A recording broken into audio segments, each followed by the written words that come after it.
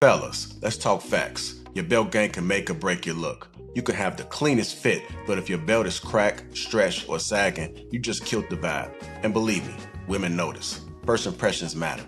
That's why I'm excited to partner with Anson Belt and Buckle. They completely reimagine how belts should work. No more holes. Anson uses a micro-adjustable track system that gives you the perfect fit every single time. Once you try it, you'll never go back to a regular belt. And here's what sets it apart.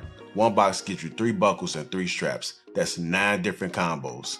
More versatility, less clutter. You'll look sharp in every situation. Anson is family owned, backed by a lifetime guarantee. And because they're sponsoring this video, you'll get a free bonus buckle and a strap when you click the link below or scan the QR code. Don't wait. Upgrade your belt game today.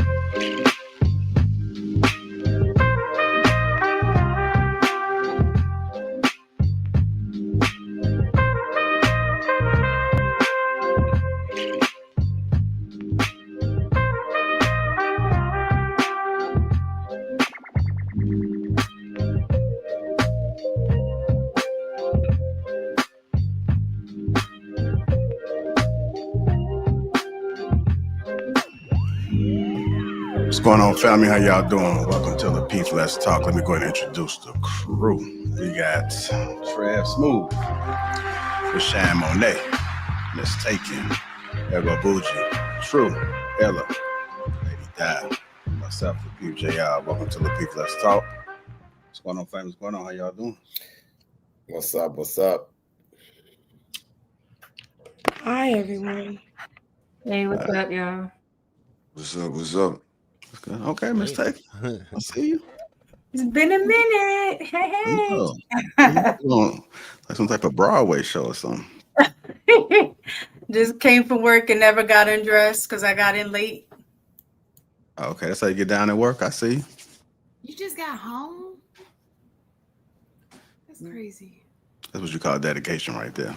Yeah. That's how you know you're passionate about your job when you're just getting home at 9:56 y'all time. No, not this late. I got home about maybe an hour ago, but you know how you just come in and then just chill? That's what I did. Yeah. Good time just to kind of decompress after that long day. All right. Well, it's good to see you guys. Should have some more people popping in on CP time, but nevertheless, we're going to go ahead and get the show started. If you haven't already, hit the like button. Also, make sure you subscribe to the channel. And if you are catching us on the replay, hit the like button and also make sure you subscribe as well. Shout out to the sponsor, Anson Belt and Buckle. That link is pinned to the top of the chat as well as in the description. Let's see what we got in the chat. What's going on? Got Flavor One. Got Michael H. Old Blindy. Who's that right there? Soldier Maid. How you doing? Frank White. His ghetto point of view. Wing Goddess. AJ. How you doing? Sharon D. Berry, also a member. Edward Gilbert's. Willie is in the house as well. Loving to learn. I appreciate you guys coming out today. What's going on, Bougie? Like the hair? Thank you. Yeah. What's going on, True? You ready? Gucci, man. How you doing? All right, don't be letting like Illa intimidate you on here now. Oh, don't say that. Don't say that. I appreciate Illa. I like how he come in and he mix it up. You know, he bring that East Coast energy. We need that. I like that. Yeah, definitely, man. Appreciate it. That intelligent, brother. Lady Di, good to see you. How them children doing? Working my nerves. They good, though. They good. Yeah. Well, you see you're going to have 2 more, right? No? No. Mm-mm. Okay. Say case closed. Yeah, I know Trev said he about to work on his 4th one, so say starting over again, huh, Trev? That's actually impossible, but impossible. Okay. You know, you got nearly impossible. Yeah, fuck yeah, hell yeah. And if I had to go through the process 10 times to get the same result, I would. It's never too late to I'm adopt. content. Nah, yes it is. It's too late to adopt too. Okay. Yeah. All right. Come I'm on. almost an Damn, empty nester, Shan. man. I'm retiring, bro. You retire? Hell yeah. Yeah. What's going on, Shan? Just all smiles. You make sure you pay attention to the questions, okay? You make sure you follow us. Stay out that phone now. Man, sometimes y'all be talking, I be like, Now, what if they said that about you? I get it. Okay. So you have a short attention span, so just make sure people are not long-winded, okay? Gotcha. I gotcha. Okay. All right, well, we're going to go ahead and get this show started, man. We're raising weak men, what it takes to be a man in today's society. I'm going to get this video, a screen shared and queued up. Thought I had this already, but I think when I went out, came back in. Let me start over again. Hit the like button again if you haven't already, and make sure you subscribe to the channel. Okay, that's the video right there. Y'all looking forward to this discussion Oh yeah. about us raising weak men? Do you guys think we are raising weak men? You think that's what the issue is? Part of it. I mean, nobody want to be first. Nobody want to say nothing. Ain't nobody say nothing. I think that we are raising weak men. Do you guys? Is that a reality? You think that's what the issue is? Go ahead, Drew. Go ahead. I think the conditions of what was perceived strong were applicable at a time. And I think that we're still trying to catch up to what is necessary now. I think I heard Jay-Z say at one time, he's not going to teach his kids street instincts because it's not necessary, especially for what he's positioned his kids to have actually experienced. And, you know, to that point, yes, he's wealthy, but it's just a different climate. You know, what we needed at one point, I don't think we need as much anymore. So strength looks different. Manhood may look a little bit different. And I think we're trying to adjust to what that is supposed to be moving forward. Hell yeah. So I believe it is weak, and I do believe that we're going to need strength. I think strength is something that a male should always be able to tap into no matter what, because shit happens, life happens, and at some point you're going to have to tap into it. We might have to tap into it November 1st. We don't know, right? Like, it is what it is. It's something that you have to constantly be ready for, because we could always feel like we're comfortable where we are, but you never know. And it's more of a mind frame, really. It's not just physical, it's a mind frame. It's that resilience, that grit that not only will get you keep you safe, but it would also help you succeed. And I think that we're lacking on both sides of that in today's society. I think that baby boomers kind of sucked as far as parenting, and Generation X didn't help.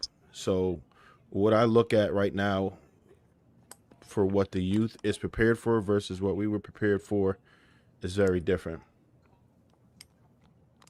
Let me get a lady in there. What y'all think about us raising weak men?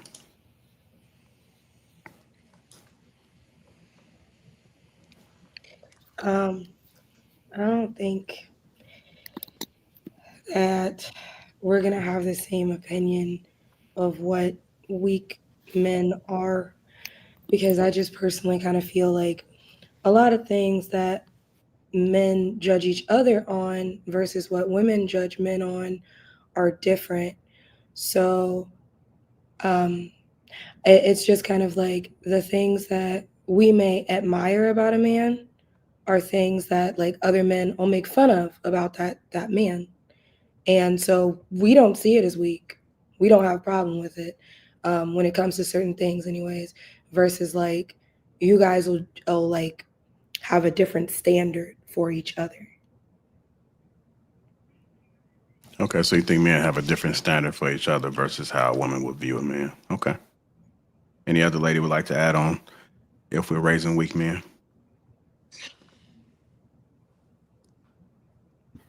Oh, go ahead. Well, my camera's off, but I'm here. I like what Leisha said. But I would want to ask, like, what is weak? Like, what is weak to whoever said it? I want to know what their weak is, because it could be different than what I view. So I kind of want to know what that is before I respond. I mean, I guess I'm gonna play some clips. So I guess we can kind of get the context there, but weak could be subjective depending on the person. I understand that.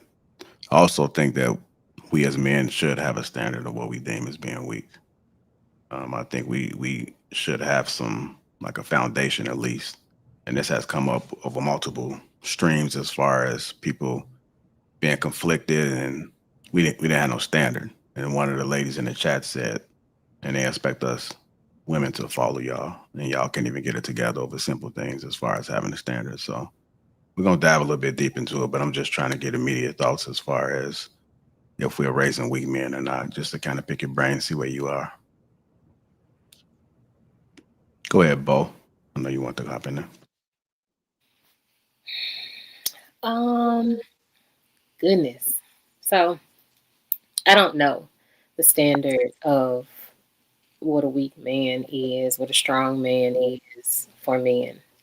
I'm a woman. But for me, I think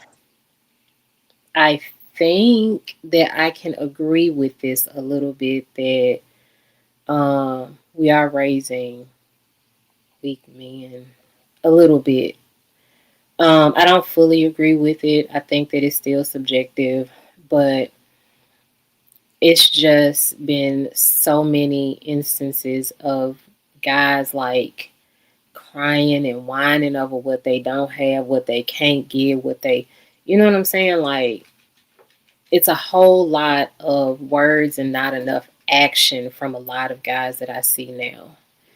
And I don't know where that comes from. I can't tell you if it's nature or nurture, like if this is something that they're just going to be, or if this is how they are raised. But I have to assume that it's how they're raised. But I think that for me as a woman, I don't want, a guy constantly whining to me about, well, you're not doing this, and you're not making me feel like a man. I view that as weak, personally. I don't know what y'all view it as. They don't have nothing to do with me. But that's how I view things. I feel a strong man creates his environment. He does not whine about what's going on. He makes things happen. That's just me, though. So that's my opinion. I was going to say I agree wholeheartedly with True and what he was saying in regards to the aspects of what once were deemed like, strength or, strong men in a time period where certain skill sets, certain, demeanor was needed. It has changed. And so piggybacking off of what's her name? Bohem. Bo. Just call her Bo. Is, like she said, that's the standard that she has for herself. But I think what society in which I can appreciate is that before we were talking about, we don't know about our men because they don't communicate with us. We don't know how they feel. And now that transition is happening, I do think it takes courage. And I see it as a strength in men, because when they don't speak their feelings, then we see it comes out in behavior. So I agree, like whining, I don't think grown women should whine. So, but I do think it is a way for them. I think it's a strength for them to now be able to have conversations around how they feel and what their expectations are. So, and that I think is a difference between now and what back in the day, that wouldn't be something that they would do. And it may have been seen as a sign of weakness. Whereas I think today that we as women are encouraging that because we want healthier relationships. If I could just add to that, I absolutely think that men should express how they feel. I think where I have a problem is they don't understand how to do it. I had a client yesterday that was telling me about like her reservations about getting married because like her partner, fiance, yes, fiance, because they are engaged. Her fiance is a little bit more like more affectionate than he has been in the last like decade. They've known each other for like 12 years. And so he's been a little more like clingy and affectionate, which is not a problem, right? But the problem is how he communicates that to her, because people change. Things change. We will never be the same people. And so instead of him being like, hey, I know that you're not this type of person, but this is something that I need. And if you can't give that to me, that's a problem for me. Instead, he's like, you never want to touch me. You only are affectionate with our son and blah, blah, blah, blah, blah. And so that's what I mean by like, you have to effectively communicate your feelings, because otherwise it comes off as fussing and whining at your partner, at your fiance, at your wife, at your whatever. So I think that's what I'm getting at. I think they need to get the tools that they need in order to effectively say, hey, this part of me has changed. And I know our relationship has been this in the past, but I need this now. This has changed for me. Because after a health scare, he realized his mortality. And I think that, that's kind of where it switched, but he didn't know how to communicate that. And that could be a big problem with that. So we need to raise our sons to learn how to effectively communicate their feelings, because that matters. Yeah, I Check like. it. Oh, go ahead, Trey. So I'll be quick. So a lot of this conversation so far is kind of focused on the feels and all that stuff, and I get it.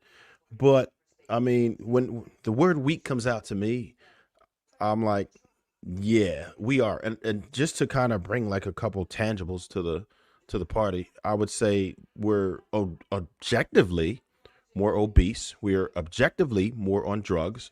Only 23% of our men are eligible for the military. These are tangible things. These are things like we don't have the discipline. We don't have the structure. This is real statistics that show that we are objectively weaker. That is weak to me. When you are ineligible because you can't get the test scores and you physically suck, yeah, you're weaker. That's a weaker man, a weaker vessel. Absolutely. I don't even think it's disputable, to be honest. Like, what are we talking about? Like, that's not subjective. We're talking about weak. When I say, man, if I'm looking at a man and I say you weak or not, you know what that is. In jail, you know what the fuck that means. Oh yeah, he weak. You food. And a lot of these dudes out here of today, they food. And if the shit ever go down, which it can, right? We don't know the likelihood of it. At some point it certainly will, but we just don't know when. We could say that we think that's all speculation. But just there being the potential of that for any point where shit get real and you might have to not be weak is something that should be looked at. And for like just supporting a family. Why would you want a weak man? Why would you not want a man that could protect your house, protect your family? Yeah, I appreciate what you're saying, Trev. This is why this topic to me is pretty great, because we can explore it from a multitude of vantage points, right?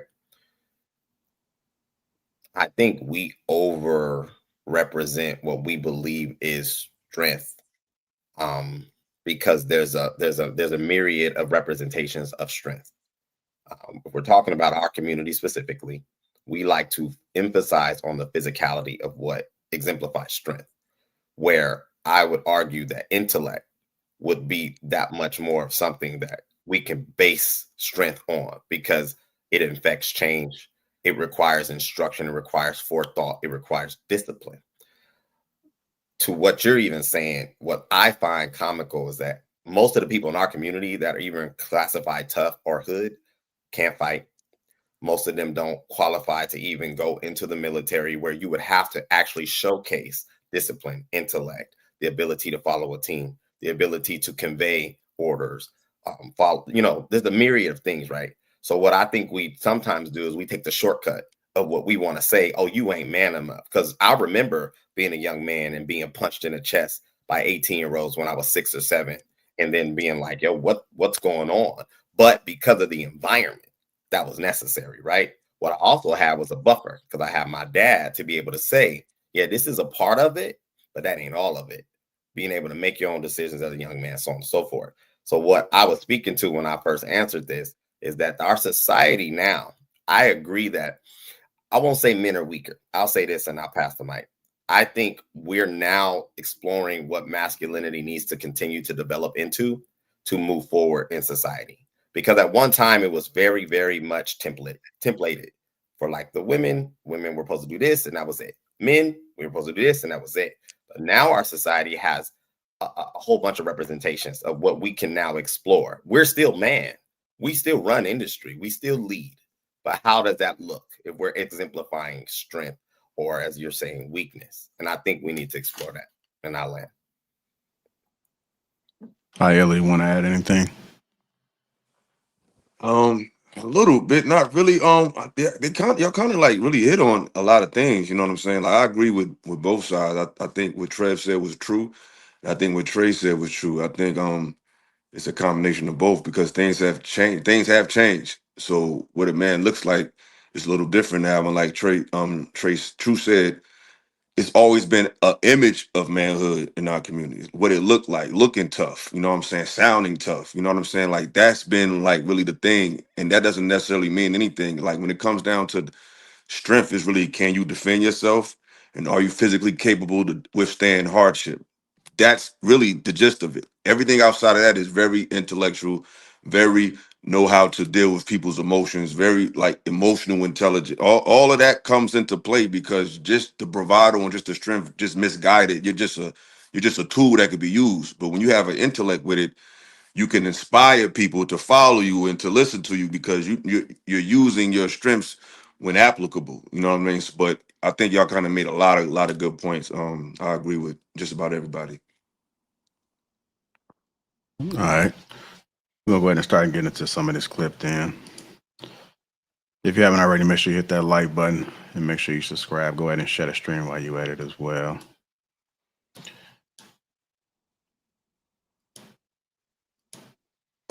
There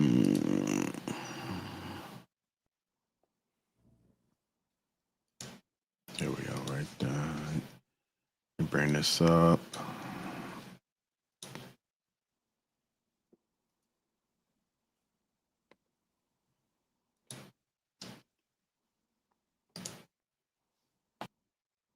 Million able-bodied men in America right now that are not working. They are selectively going, I don't have a future. I'm just going to stay at home. Somebody's supporting them. 7 million men. So if you take all that, Dwayne, and shove it together, I got to believe there's a hula hoop you could throw around that as to what's really going on. A lack of dads. There it is. It all comes down to missing dads. Yeah. So they don't have an idea what a man. So this is just me. Go for it. I don't know what I'm talking about. Yeah, this you is do. just what I see. This is Let just it me. rip. We have two problems. Okay. In this country with the male issue. Yeah. Number one is we have a history of war. Yes. And so those fathers, young fathers who were not right out killed in battle, come back, and especially if you go back World War I, World War II, the Korean War, the Vietnam War. Yeah. They come back and they bottle everything up. Yeah. Okay. And they're just, not all of them. Okay. Some adjusted back fine, but I know a host of them that didn't. And, you know, a lot of times they are afraid to open up to the family because they're afraid of the demons they're going to escape, because they've got them locked behind, because they were never dealt with from what they saw and what they did and what was done to them at war. So they weren't good dads. Not on them. I'm not blaming them. Yep. Okay. So World War II, you know, you've got these dads that come back and they've got boys. And all of a sudden dad appears, you know, he wasn't there. Yeah. And dad's got his own scars, Yeah. you know, and so what can dad do? He can't be the emotional structure that his family needs, but he can go to work and work 60 hours a week and make sure they've got a house. Right. And they can go to Disneyland every year, you know, and they've got the station wagon, woody wagon. He can pay for that stuff. Yep. He's gone, but it's not his fault. Yeah. Okay. And so Junior grows up and gets sent off to Korea. So that generation cycle just goes on. And he comes back. So he's the son of a wounded dad who comes back a wounded dad who's got a son of his own who grows up and goes to Vietnam. And so we have a cycle of broken dads who raised broken dads. And then we have, oh heck, I don't care what they're gonna do to me. Then we got feminism. Yeah. Okay. And I get this all the time on my channel. Feminism is this. No, it's not. Even feminists don't agree what feminism is. Mm-hmm. But what it has resulted in is a bunch of boys being raised by their mama. Right. Now, that's not letting the rotten dads off the hook, because there's a lot of rotten dads. All right. But the situation is what the situation is. Right. We have feminism and we have a historical nonstop culture of war in this country that has destroyed dads. Right. And the ones that it didn't kill outright, it just messed them up inside. So they were not as balanced and as calm and as you know, my great grandfather Right. was. So can I?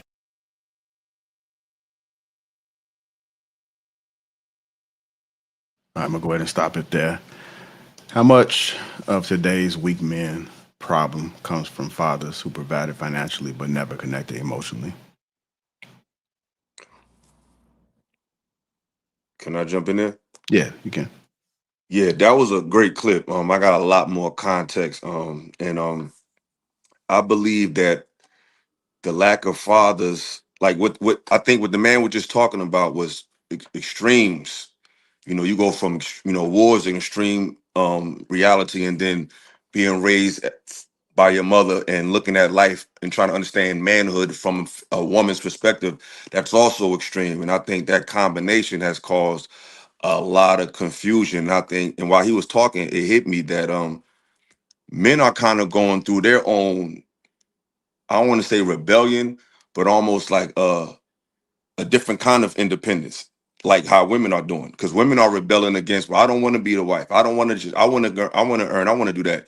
Men are more in there like, you know what? I don't want to do nothing.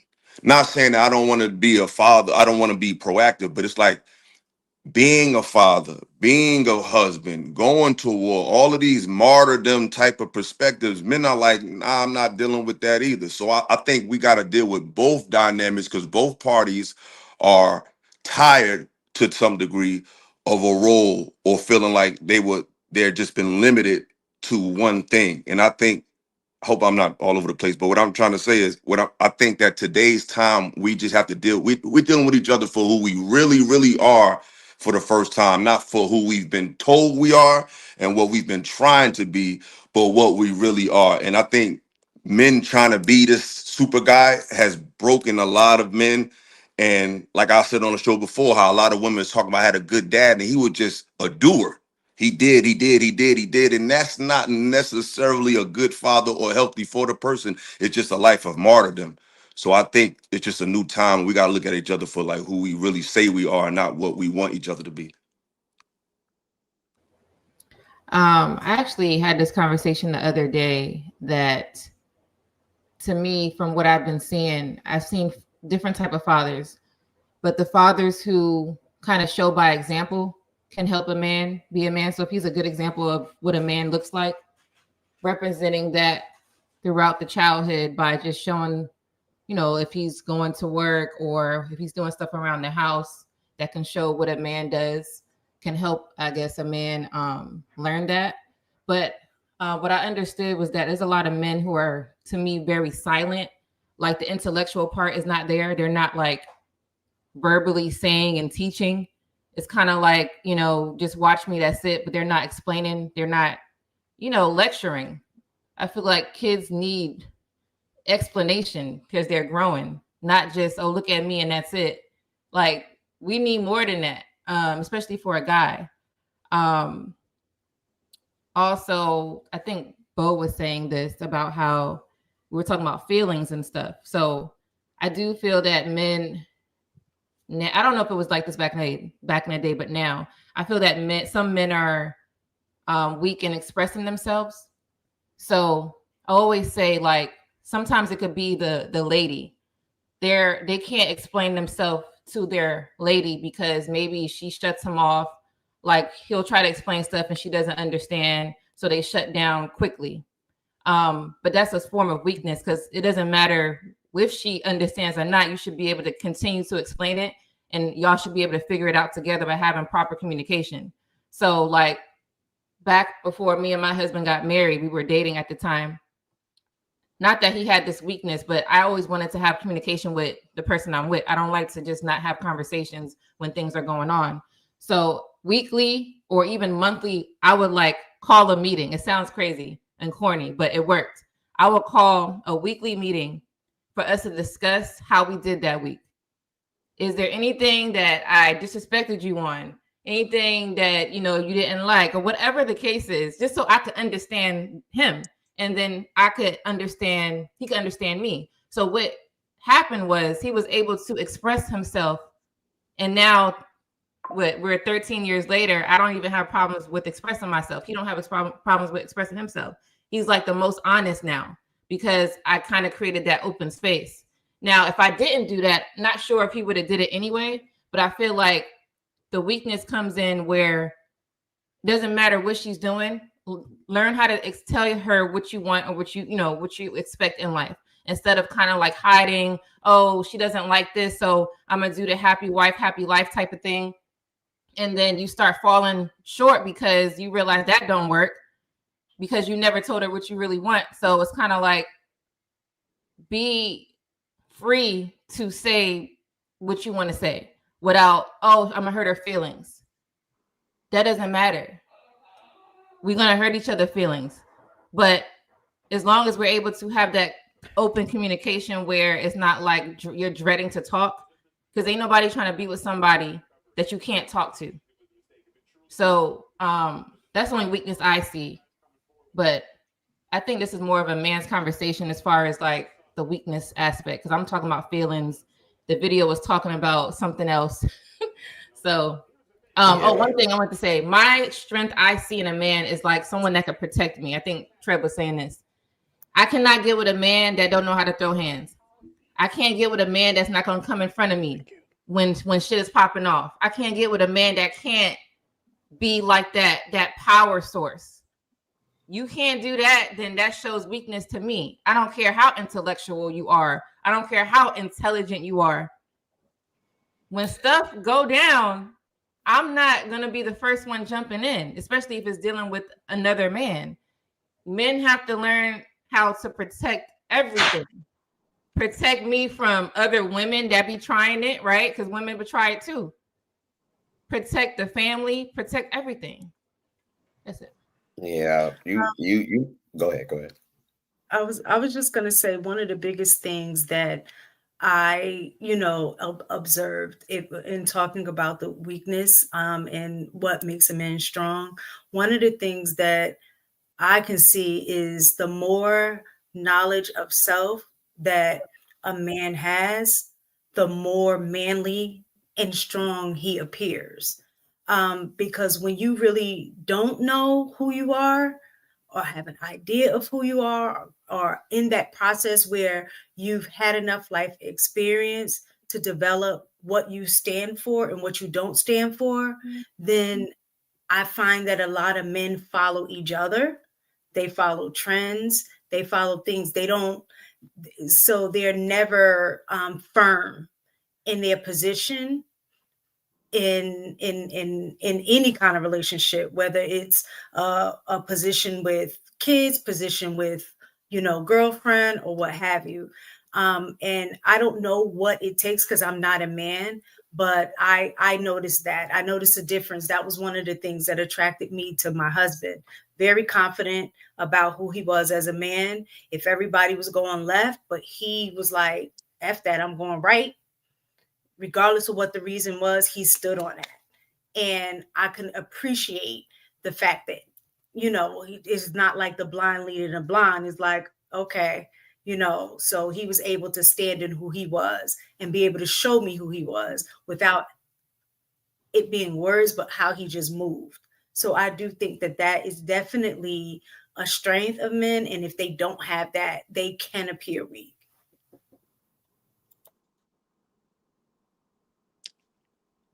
Go ahead, True. I think you wanted to go.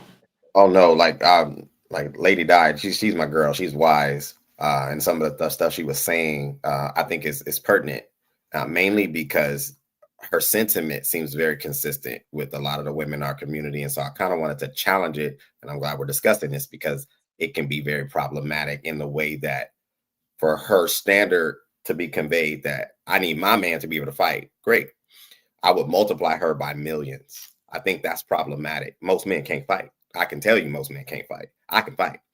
Most men can't fight. And so I think sometimes I think we need to continue to explore what protection looks like. Protection a lot of times with men, and this is one thing I convey this to you ladies, in the martial arts and any discipline that is physical, they teach you to be trained, to be prepared, but they also teach you to practice restraint. You learn the skill, so you don't need to use the skill, but you learn the skill in the event that with all things exercise, you're ready. You don't go out exemplifying these things, right? And what I would argue is a lot of times as adults, I do not know how many situations occur where I need to actually punch another man needs to punch me. If you're in those environments, there's something already wrong. You guys are spending time in a way that is problematic. And if you're someone who is a family man, I would argue that why are you putting yourself and why are you putting your woman in a situation that you have to physically potentially protect her? That's logic. That's wisdom. As a young man, you probably are out with certain environments. And then in certain cases, I agree. The man should know how, in the event, to use his body that is necessary. But I'm telling you overwhelmingly, most men do not know how to fight. It's not a skill set that most guys need. Though for those who do, great, but most don't. And I think every man should have a physical discipline, honestly, but mainly from a standpoint of being able to get out of a situation and not so much be able to showcase the two-piece and how quick and slip the jab, you know that. Just saying. Can I say something real quick? Just to piggyback on what True said, that's real because in most cases, in today's environments, most physical altercation that pop off is really like a chaotic mob type. It ain't like no, hey, what you like? It ain't never like no, just fade. You gonna have to shoot. You gonna have to bust somebody's ass these days anyway if you want to keep it 1,000. So learning how to fight is definitely more of a life skill trait for like a certain type of discipline for yourself. But in most cases out here in the world, you're gonna either be getting jumped or like in some type of chaotic type of mess where you might have to use a firearm for real. I ain't trying to get graphic, but it's not like back in the day where it's just like I challenge you to a duel or something. Like these people will jump the shit out you. Like you just trying to get out of here alive for real. I wanted to say I agree with True and Illa. So the mindset. So whoever on here that know how to fight, okay, y'all, you just said you do whatever. Most men don't. I didn't know that. But the mindset you guys have is different from a man who don't know how to fight. Can you agree to that? Okay, so I still don't want that type of Hold on. Say that again. The mindset that a man, so for you, Illa, you would say that you know how to fight, right? Regardless, fight, shoot, whatever. You know how to protect yourself. Mm-hmm. You versus a man that don't know how to do that. Y'all mindset is different as far as when it comes to protection, right? But the man that don't know how to do that, that's what I'm saying. Y'all got to remember where we at. A man that can't fight is going to shoot you, or he's going to just because he can't fight don't mean he can't hurt you. It's a whole different thing. Men just think about, I'm trying to hurt you. So he may not be skilled. Most people get killed by somebody who can't fight. So it's That's about what I'm survival saying. out So here. I guess that's another point, right? It's proving it that they more reckless because they more afraid. Men that can fight and protect themselves, y'all not afraid. Y'all just know what to do when whatever situation appears.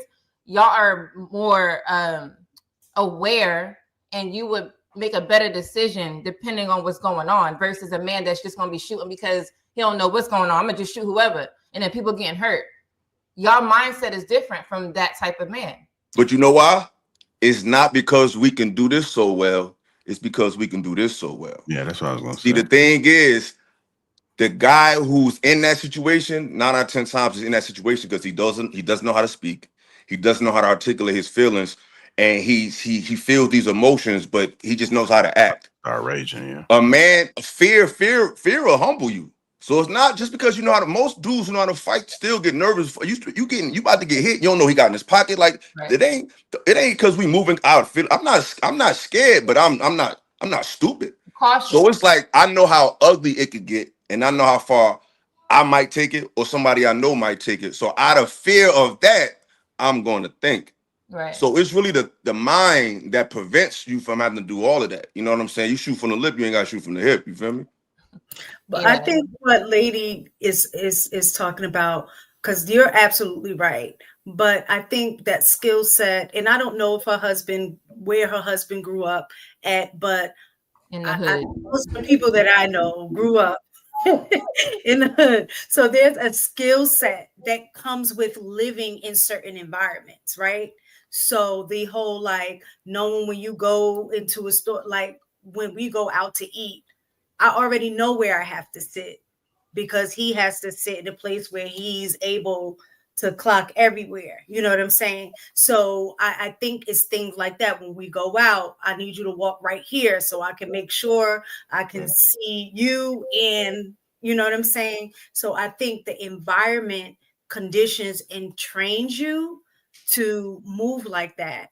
Whereas somebody else in an environment, like somebody mentioned earlier about Jay-Z and his kids or whatever, they're not going to have to develop that skill. The skill they're going to have to develop is let me know how to read contracts. Let me, you know what I'm saying? The more intellectual stuff to be prepared.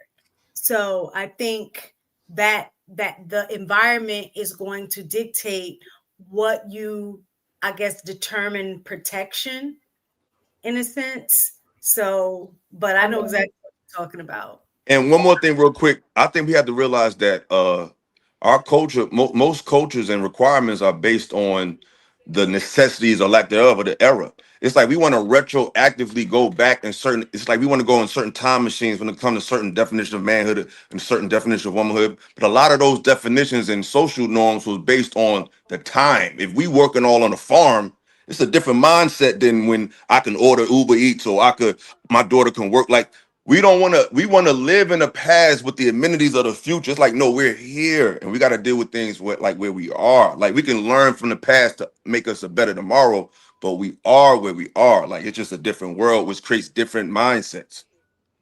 All right, so check this out real quick. Lady Di, I appreciate you coming out tonight and saying what you said, because outside of that, which you just ended with, I feel like the ladies were being very nice about it tonight. I'm going to tell you from women that I talk to, which are from many walks of life, they are not attracted to soft ass punks. I'm sorry. They do want a dude who is able to scrap. And if you will likely get your ass whooped, they are not attracted to you. If they see you get your ass whooped, they are going to probably leave you. Like this is what it is. And certain things, I get it. We're in a different time, blah, blah, blah. Guess what? We are more obese. That's real. Our testosterone levels are lower. That's real. That's not healthy. I don't give a fuck what time you in. No, that's not a good look. We shouldn't be this goddamn soft. And I'm not here to give a single excuse to any man. I don't care where we at. A man is a man. Like, y'all could call me the get off your lawn type dude if you want to, but I think a lot of dudes out here are straight pussy. And to accept it, to condone it is wild. Who's Yeah, accepting them to be pussy? We black men. You can't be that just by being who you are. That's a given. But the problem is we're seeing that because we got a lot of young men who do very courageous acts, but they do it recklessly, and their manhood and their bravado is not guided. It's just wild and uncontrollable and undisciplined. Well, that's So different. That we I ain't mean talking that's about where that we at because though. I don't run out here. I'm not no bully. You know what I'm saying? I Because a know. dude, probably a lot of these dudes who can't fight will shoot the shit out you. And you'll say they a punk and all that, but you won't even be I here to got talk it. about That's it. why I spend a lot of time at the range. That's why I got like at least 6 different calibers of ammo in my crib. I understand all that shit, right? I got it. I licensed in like 40 states. I get it. I get all that too. But what I'm saying is I avoid all that. I haven't had to beat nobody ass in quite a few years, right? It's been a long time since I put a pounding on somebody, so I avoid it by any means. But what I'm saying is that aside from that, there's always that physical violence thing, but there's other parts of it. I think we are just softer also mentally, right? Academically, because when I was talking about the reason why people don't qualify for the military, it's also academically. It's because they can't even pass the freaking test. We are weaker, period. And it's a lot more than just physical out here. And we are accepting a lot more bullshit, and us being soft on them is a detriment to the youth. Yeah, I agree. real quick, I'm gonna just say this last thing about it. I agree with that, Trev. Like that military training, some of them be running away because somebody's yelling at them in their face. They can't even handle somebody just screaming. Like you didn't have your mother scream at you or your dad, shout or put fear in you. But I wanted to say, like, I guess I'm saying I want a man. I have one, but I'm saying, just speaking to the audience, that's not gonna run away when stuff is happening. That's all I'm saying. You got to be able to help us get to wherever we got to go. Also, I'm a very aggressive person for me as a lady. Like, I don't play that shit with women. So if I'm more aggressive than you, we got a problem. So I don't want that. You got to be way above me on that level. Confidence has a lot to do with it. A confident man. But yeah, that's all I want to say.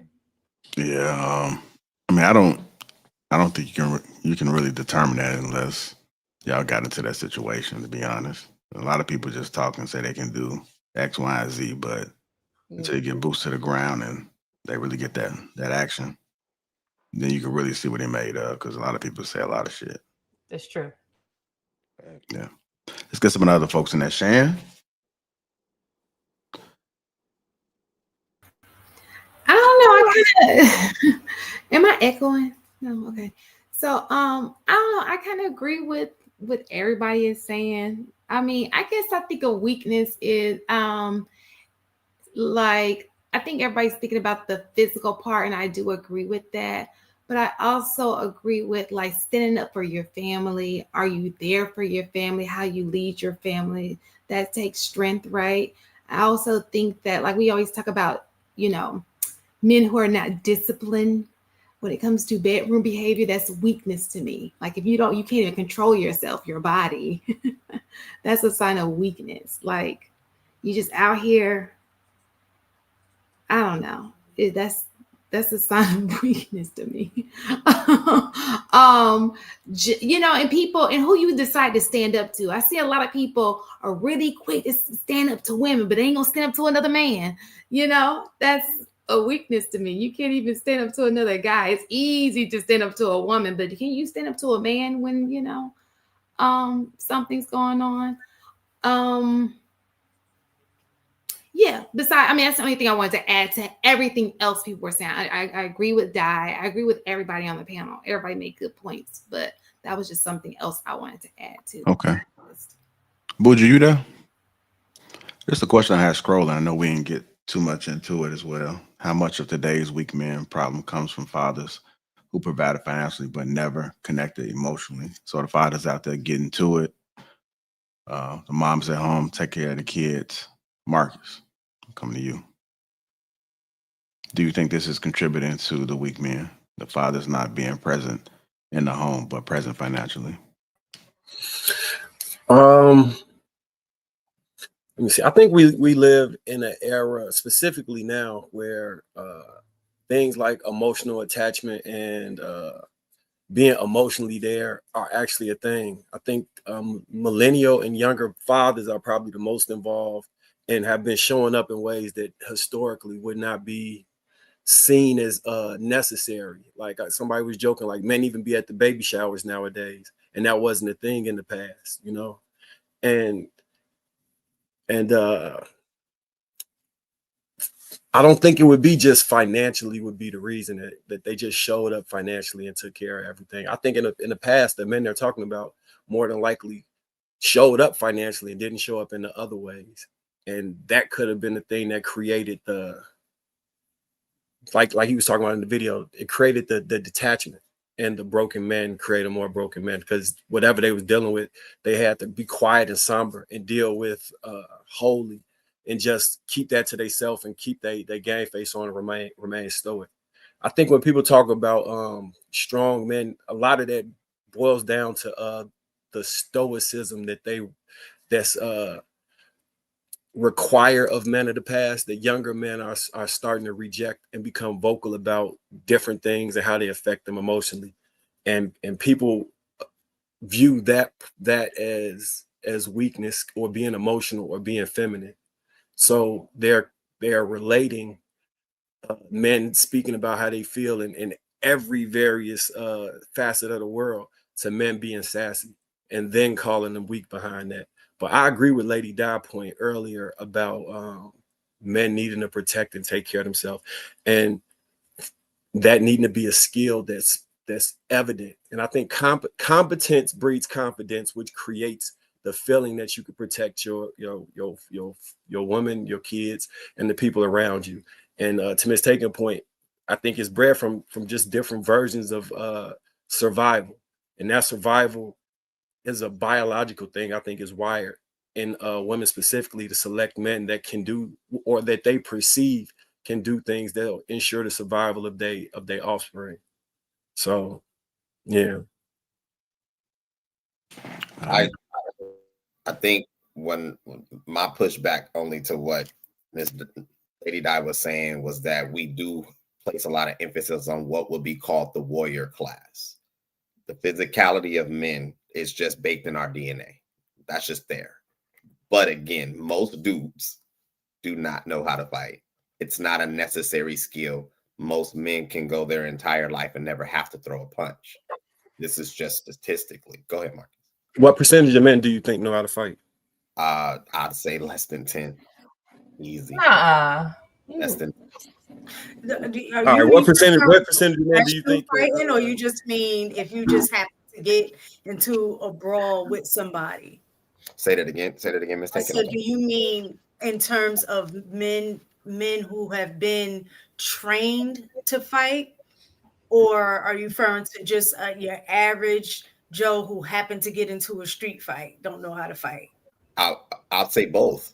Most dudes have not been in street fights. Most dudes have never had to throw a punch. That's why I'm saying it's like, I know that this may be a phenomenon, but most guys, this is why out of all of the physical sports, UFC, boxing have the highest level of views because it's such a phenomenon. You do not see men exchange blows on a regular basis. The most contact they have would be on a football field. So fighting is a very foreign thing to most dudes. Shoving, talking mess, and they break.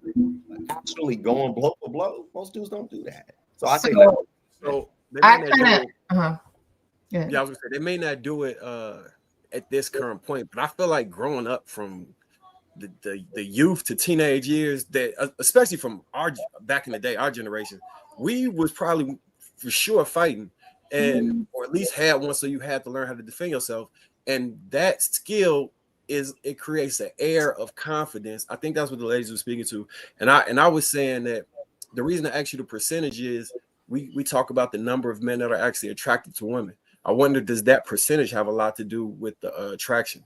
Because if they say only 20-30% of men are attractive and women want men who can protect in that way, could that be more of a factor? Because they'll be like, they don't like Pookie and Ray Ray, but Pookie and Ray Ray get all the women because Pookie and Ray Ray carry themselves like XYZ. And the men who don't operate like that are turnoffs to a lot of women. Yeah, I don't know. That's what I was trying to correlate. I think it does correlate. I think it is perceived As masculine? Yeah, maybe perception, because again, this is the look. I was in the military. I grew up in the same neighborhood y'all grew up in. We can go run it back. How often do you remember a school fight breaking out? Like how often it happened? I mean, but a lot. Yeah, I fought like I every went to day. West Side High, so it was like the first day Yeah. I went, it was like at least 5 fights. Like, And I went to off rip. Shabazz and Orange I High. was yeah. What's Newark, But New Jersey. once They you fought think all the about time it, where we even at from. schools like that was mostly girls. I mean, I went to one of those schools too. It No, I was a saw. fight every single day in my middle school. No, you tripping? The listen, girls got They busy. not my from school, Essex it County, was Trev. mostly We had, ghetto they ratchet don't know what girls. that's going on. What What? I've never What seen y'all in talking Bronx. about? Like if you even That look, shit was like jail. We got frisked before we went in school. Like, We it was a literally had different metal thing. detectors in front of Shabazz. And got frisks. Like, they went through our bags, up and down, our crotches, paws, all that shit. We got frisked every day before we went to school. That shit was like jail. Yeah, it was going down in my school too. It was off of good. Madison. So Likewise, but I'm not dismissing what you're saying, Marcus. I've always supported that men should be optimal, and what I mean by optimal is they should explore all measures of what it is to be a man. There should be some physicality. You should know how to change a tire. You should know how to basically throw a punch. You should know how to use and get somebody off you. But when we talking about fighting and knowing how to really do this, most dudes do not know how to fight. It just don't go down like that. I'm like, No, I believe you. I do. I don't even have an argument against that. I think the percentage has went down dramatically from what it was, for sure. Because like fighting was a normal thing. Like, it wouldn't, even if it didn't become a bloody mess, it was just like, okay, y'all scrap. Y'all might even piece it up afterwards, but dudes did know how to scrap, right? Listen, I was in a fight club when I was in elementary school. So like, yes, I've always been like, and not because I wanted to fight, but because it was like, yo, you have to protect yourself, because it literally was a jungle out there. There was an 80% chance of me walking my route home that I would get robbed if I couldn't fight. That's just what it is. Like, that's what it was. Like, that's not no bullshit. And so to add on, we kind of had to. And to add on to that, I don't do it as much now, but I 100% I still kind of do it, but for a different reason. You assess men when you meet them, like, yeah, you're not like that. This would be easy if I had to. And I think the same thing we seeing, women see too. That's essentially the point. Let's go ahead and get Bougie in there. Bougie. I know you've been hearing the dialogue. You need to respond to what everybody else been saying, but this was the question I had. How much of today's weak men problems come from fathers who provided financially but never connected emotionally?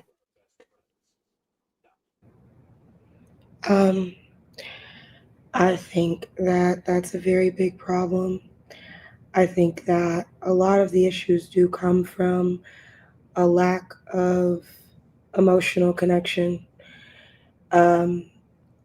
Essentially, I guess if we're going to say that the men that lack an emotional connection with their fathers are weak men, then that would mean the weak men are the men with the ideology that their manhood is tied to their wallet. That seems to be what a lot of men think in general. I don't see the need to have a discussion about like if men can fight, because for me personally, that particular subject is something that kind of like is sensitive for me, because I had a big brother and he could fight and he could shoot, and it didn't get him far. It got him killed. So you knowing how to fight and you knowing how to shoot doesn't mean anything, because the man that knows that you know how to fight and shoot is the man that's going to shoot you in the back of the head. So you won't have a chance to fight him and you won't have a chance to shoot. So with that being said, I just kind of don't even want to like address that part of the conversation. And my personal opinion is just that a lot of men kind of complain about women not wanting to like relinquish majority of the parenting to let the father parent.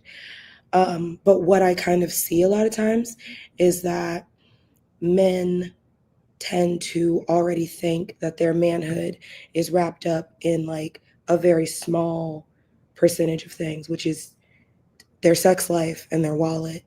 So it's like, why would I relinquish my son to be taught that from the male perspective? Because that seems to be where a lot of fathers congratulate their sons when they make their first six figures and when they lose their virginity. And I don't, me personally, I wouldn't want my son to think that that is what makes him a man, that that's the equivalent of his manhood. I think that men should kind of like be more open to the idea of it being okay to be like emotional with each other. So it's not us teaching y'all how to be emotional, it's y'all teaching y'all how to be emotional in a manly way. You know what I'm saying? Because the only emotion that I kind of see from men a lot of times is just like anger. And so when they're scared, they're angry. When they're angry, they're angry. When they're depressed, they're angry. And it's like if men that know how to regulate their emotions taught their sons, then like that continues and it just kind of keeps going forward. That's just what I would like to see personally. Well, So, Smith, you made some excellent points. That was well said. I think at the same time, though, I think women sometimes have led to these men's superficial desires as well. I mean, because once upon a time, men weren't as materialistically driven as they are now, and a lot of these material demands of what you got to be superficially has come from their female counterparts in their community. You know what I'm saying? But I agree with what you were saying. But I think ultimately, if we look at the way our community has moved, it seems like you will lose emotional intelligence at the expense of being war torn and knowing certain physical attributes. And then if you're emotionally intelligent, is at the expense of the physicality. So I guess we just got to find a way to, like Trey said, True said, you have to kind of be a more of a holistic man. It can't just be one way. You know, you have to know how to defend and have the intelligence to not really be in that situation in the first place. But I agree with a lot of things that Bougie said, and that's most of the dudes from where I'm from. The most realest dudes get killed. So it's like knowing how to fight is really something that's beneficial for you as a man than it is in the grand scheme of things, because most fights don't just pop off when you out in public. Brawls pop off, big huge things pop off. It's never just no you shooting a fade with somebody in the parking lot. And most of the times, like Bougie said, in the hood, when you are feared, when you can use your hands, it's like the dude who getting money eventually they're gonna try to rob you. So it's like we got to be honest about this so-called skill set. I think the skill set that's lacking in the black community with young men is a mental one. I like that. Go ahead, Shan. Do you think that this our type of manhood is different from everybody else's? Like, do we have the same standard for all men, or is it just for black? It's just black men. What like I see it very often that like black men like are very their standard for themselves is like in that box, and if you're out of that box, you're feminine, you're girly, you're gay. Like I see a lot of white men, like it doesn't bother them to make gay jokes, it doesn't bother them to like be more like even like physical with each other, like not even in like a sexual manner, but it'll be like, no, I'm not saying it like that, no, but I'm saying like You just had me. I was just right. like You was we physical was with on each the other in a same. manner of like We was they'll doing the like, electric slide together, man. You just yeah, like I don't know what they're not happened.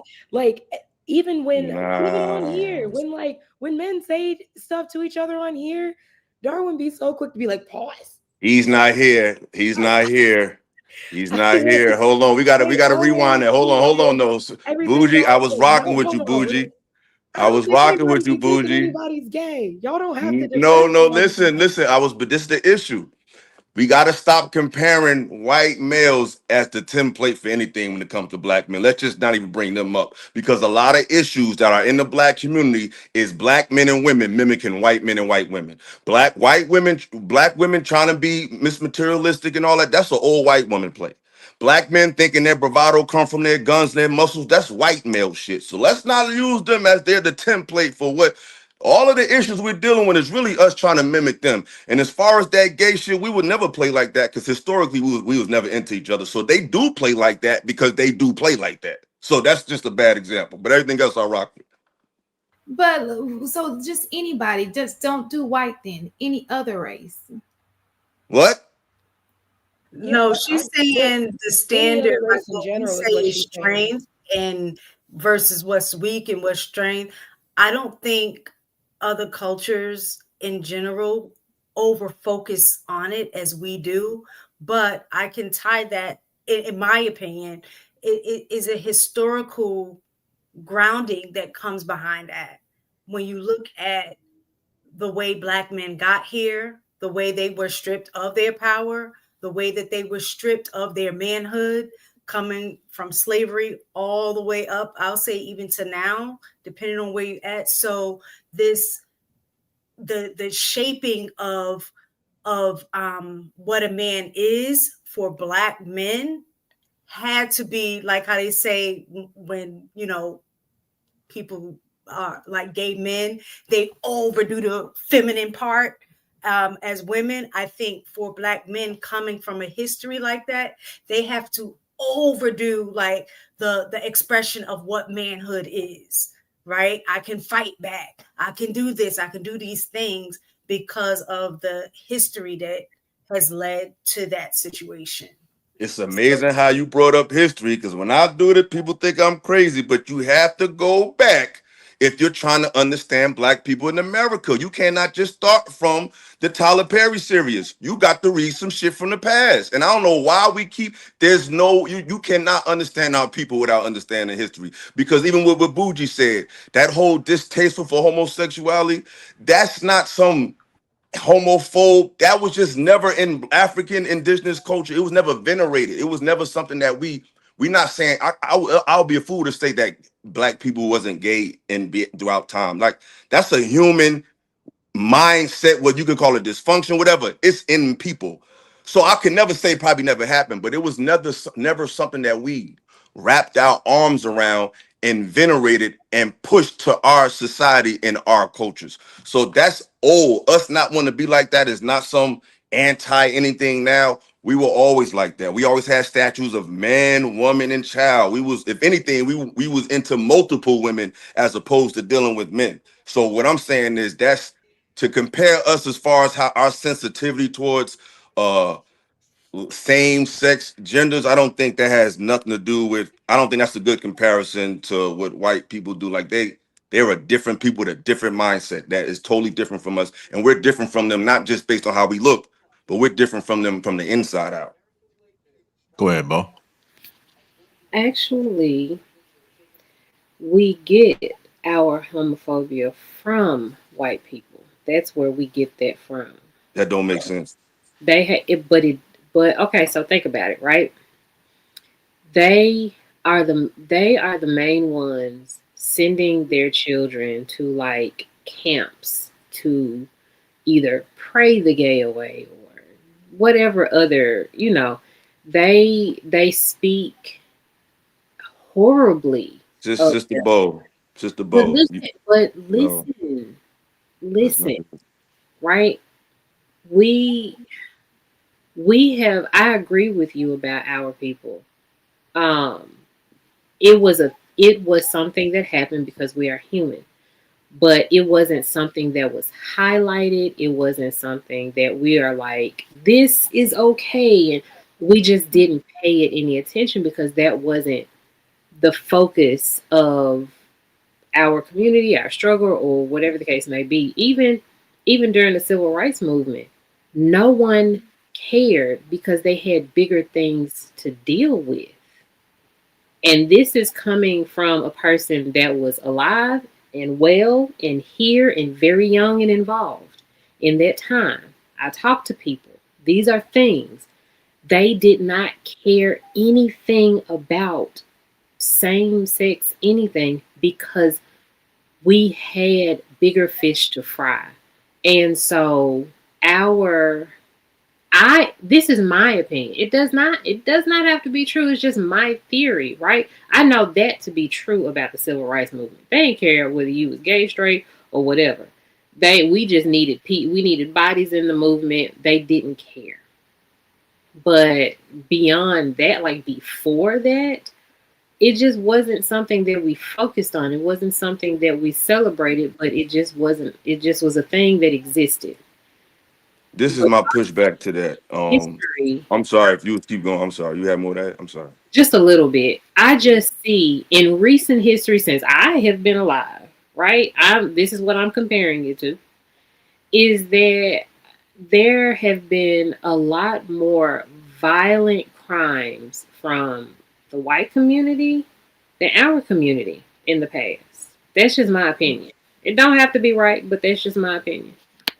Okay. So this is my pushback to what you said. First of all, homosexuality historically is a European phenomenon.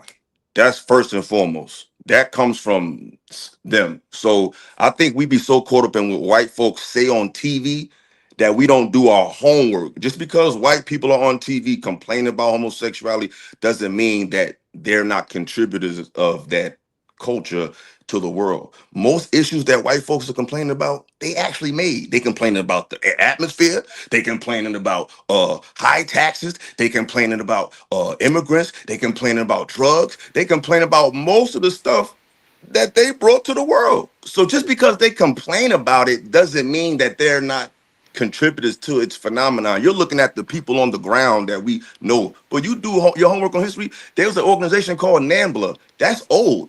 That's called the National Association of Man-Boy Love. Those are mostly white men. That shit is old. No.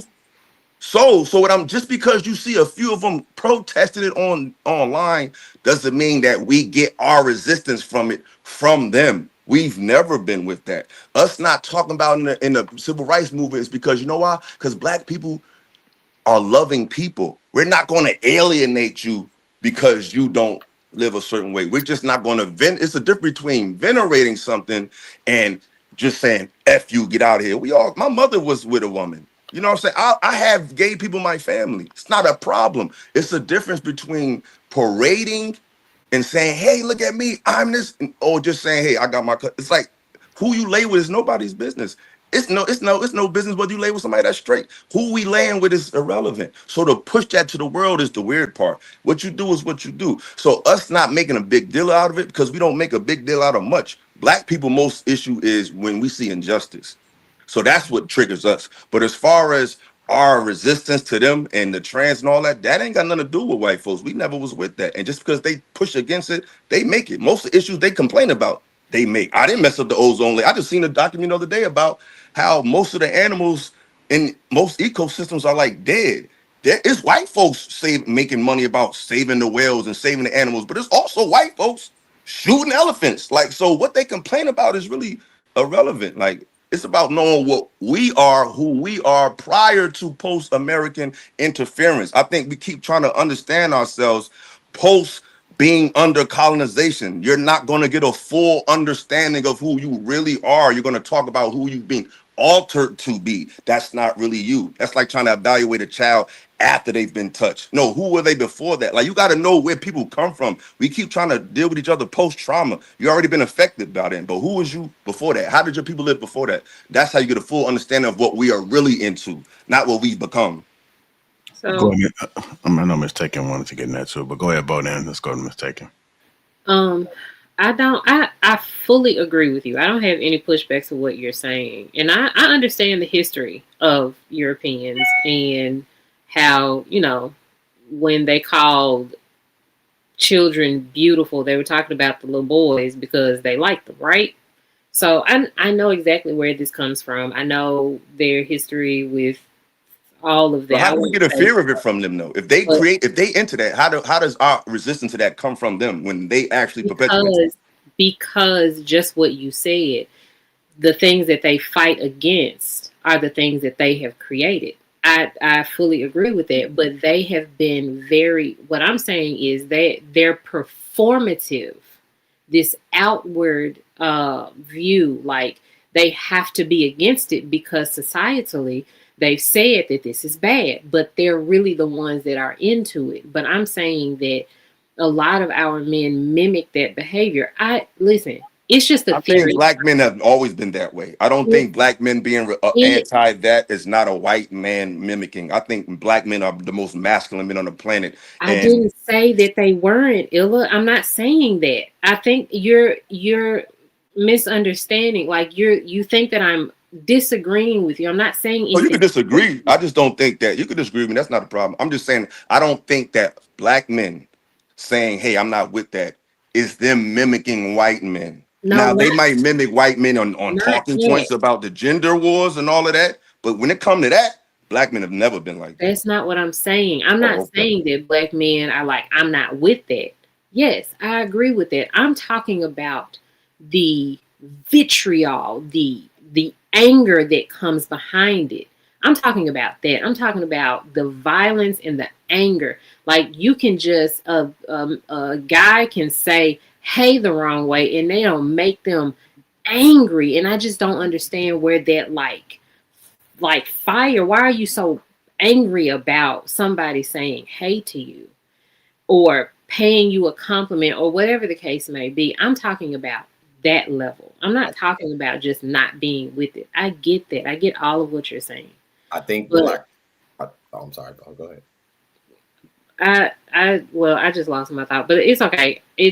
I agree I with feel you. you. I just have my own theories about, some of the gray area. That's all that is. Let's go to mistaken and then true. PL, but that's just my It was just opinion something about that it. she had said about like historically, like during the civil rights and stuff like that. And Bayard Rustin came to mind because he was homosexual and he was one of the major players in organizing the March on Washington. But because at that time that wasn't like I think Ilosophical was saying, like it's on display now, but that has never been a situation where that was acceptable in the Black community. And I think that's what you were getting. Publicly. Yeah, that's what I was gonna say. And yeah, he was pushed in a background because of the fact that he was homosexual, and they didn't want the movement kind of tied to the fact that And you know one thing I want to add? The homosexual community back then wasn't offended by that. They understood that, hey, this is my thing. Like, that's the thing I respect about the old school than today. Everybody who had a taboo lifestyle understood that the community was first. So the drug dealers would still be like, yo, put that away. Or I'm going to dress up. The gay community would be like, yeah, I'm like that, but I'm still going to dress like a man. I'm still going to dress like a woman. Today, no one has no rules. We don't have no social contract. It's like, hey, I know you don't know how to act. But when we leave this house, put on some slacks, put on a skirt, put your gang flag in your pocket, pull up your. We like I keep saying, we gotta not fuck me, but the point I'm reiterating is we gotta get back to the damn basics because we had all these issues in our community. We just had a decorum first. Before our personal beliefs and ideologies, there was an agreed upon decorum, period. We don't have that no more. All right, go. I Hold on, let me just get agree. Bougie because she ain't said that, and I come to you. Okay. Go ahead, Bougie.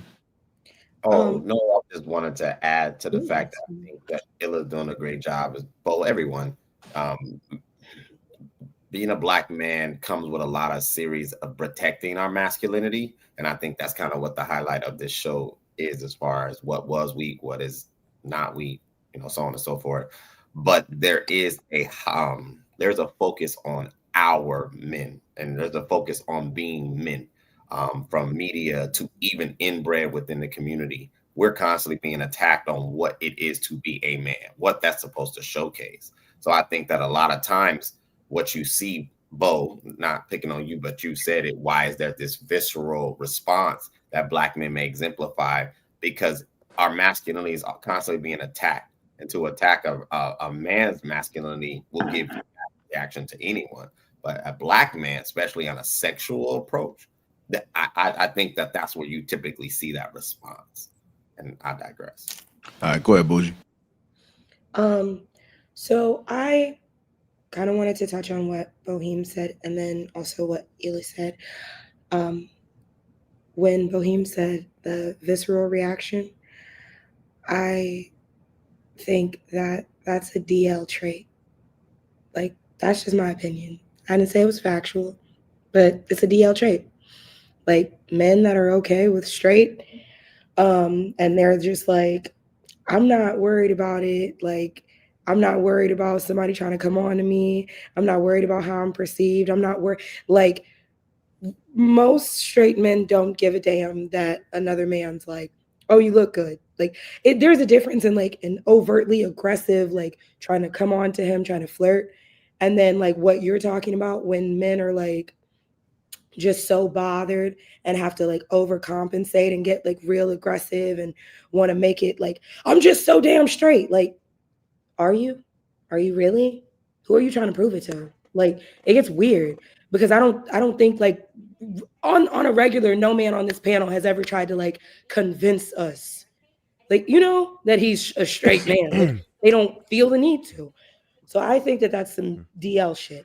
But with what Ela said, I feel like Black men, yes, are definitely like the most like manly men. You know, that's that, whether that's like in stature, in appearance, in the way that they carry themselves. So I do definitely feel like your point is very, very valid with like, we weren't into a lot of shit and maybe they did bring certain shit to the table and some of us went along with it. The only thing that I will say I disagree with is like how you were saying that like people don't give a damn anymore. A lot of the LGBT community that I've like spoken with before, kind of the best way that they attribute it is like, you know, a few years back when everybody was like, oh my God, why is everything like interracial now? Right? A lot of white people were upset when they had to, like back in the day, when they had to start seeing us on commercials, and they felt like, yeah, we know Black people exist, but why you got to shove them in our face? We don't want to see them, right? That's how they feel. And I'm not saying that like it's that I agree with them. I'm just saying that that's what they're saying is I how know they that's how they feel. feel, but So I they're just think all it's a like, bad it's well, a if the kids grew up watching heterosexual couples on TV, what's wrong with them seeing gay couples? Like, that's how they think. it's That's the stuff that Hold they're on, hold saying. on, hold on. Before you go, let me grab this real quick. Hold on. So Just make sure I she just finish first. Let's make sure she finished. You yeah, finished? yeah. Bougie? So, but yeah, that's all I wanted to say is like, respect. I definitely get how it's like, you know, when we're out and about, everybody should be a certain way or, you know, whatever. But then it kind of turns into whatever that minority group is, starts feeling like, well, why do I need to like dim my light or like be less myself because I'm going out in public and the majority group doesn't have to? Go ahead, Trev. I'll come after you. All right, cool. So in 2004, there was a dickhead called J.L. King. This bum got caught with his legs up in the air by his wife and decided he was not only going to monetize it and go ahead and be an author and make the book, right? He also pushed a narrative that and came up with these weird ass tendencies that women should look for to see if your man would be on the down low. And ever since then, he's made it extremely easy for women to cast doubt upon men and their sexuality, Black men in particular. And I don't want us to fall for that because one dude decided he was going to get a bag because he probably ruined his other career and didn't want to seem like he was weird. So he tried to normalize it by including other men and giving them a whole bunch of false flags as to how you can detect what a gay man looks like. So a gay man is a gay man, right? And sometimes we overanalyze our men just to say that, oh, he probably gay. Oh, he probably gay. And I heard it like, weird percentages and everything. It's an extremely low percentage, right? Most people who measure it, I haven't seen anything realistic that says it's over 10%, right? By anyone who's tried to measure it. So I don't want people to really feel like that in the first place. We're getting a lot of negative stigmas, and from our own people, we don't want that shit. You know what I'm saying? Like, if that's not us, like Illa said, that's not been a part of what it is that we do. That ain't it. We're not promote them. That's just what it is, right? Regardless of whoever with that, it's nothing against it. I don't care. You do what you do, but just keep it on that side, right? As long as you're not intruding on what it is that I do, I don't care what it is that you do. But I don't want people to start telling me that I'm not, right? That's just I don't want that. I don't want people to think that when they see a black man that they want to question his sexuality. That's just not what's up. There was a couple of things with that, man. Like I just really want us to understand that, and that doesn't mean that you're weak just because you might be with that. That's a whole different topic. But I feel like we have to understand that there are some things that we can improve upon on men, and that I don't know if that's what JR was going for, but shit, I think it's probably not a bad place to put it. What can we do to improve as men, right? The women aren't satisfied with this for a multitude of reasons.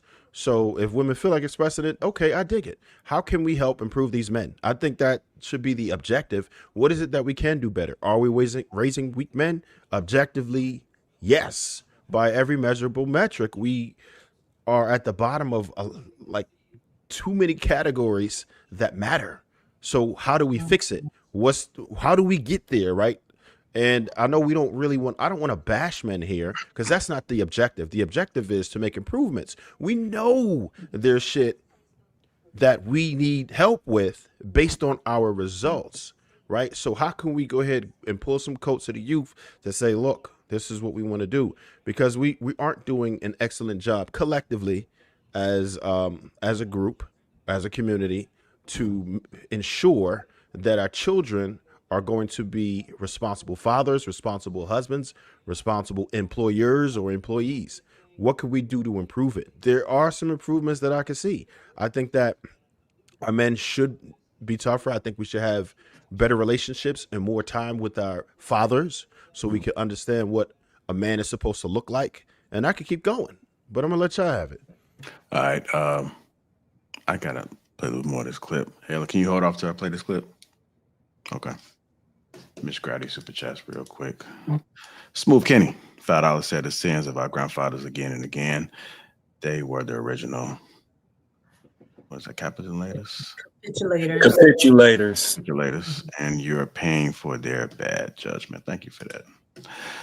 Jacqueline Rice, $10 says, Shan, you would have a good point if women aren't antagonizing guys in public. Most men know not to do that out of the diplomacy, which is part of why you guys stand up to the women more often. Nightmares for the foreign currency. Hard times create strong men. Strong men create good times. Good times create weak men, and weak men create hard times. We are seeing hard times now. Chris, $10. Most men are not trained to fight, but all have the capacity for violence. Don't look at any man and think what he is not capable of. And lastly, Jacqueline writes, $5. I disagree. Bougie. Men show other emotions. Anger just tends to be the only emotion people respond to when it comes to men. I think everybody has contributed thus far. Hit the like button. Likes are down. Hit the like button. That's all I'm asking. Let's go ahead and get into the rest of this clip. Let's get some of these other folks involved too. I know Lady Diamond spoken in a while, and M. White.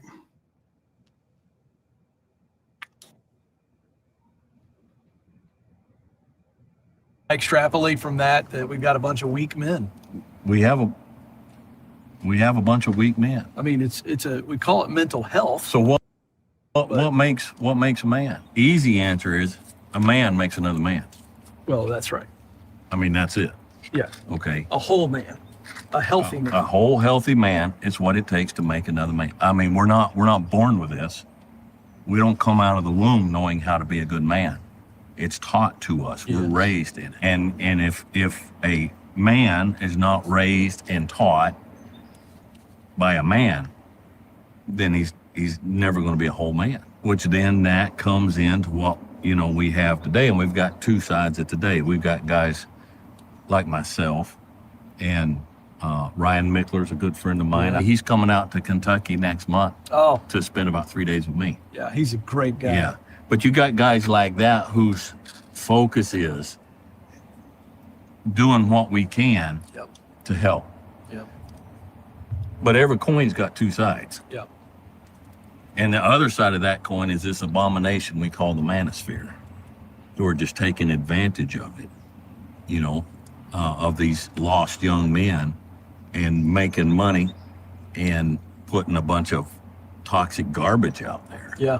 You know? Ooh, now you're on it. So I think that's absolutely right. Describe that toxic garbage so people can identify it, because I think people need to have their eyes open to this. The toxic garbage mostly, and I'm going to have to expand on this after I say it, okay? Most of the toxic garbage that comes out it's all women's fault. Right. So it's teaching these boys to despise women. Right. Okay. Now, women share the blame, but the key word there is share. Feminism today was caused by men who dropped the ball. That's right. All the way back when feminism started, women had enough. They had enough of men who weren't being men. And they're like, I think we can do a better job. Yeah.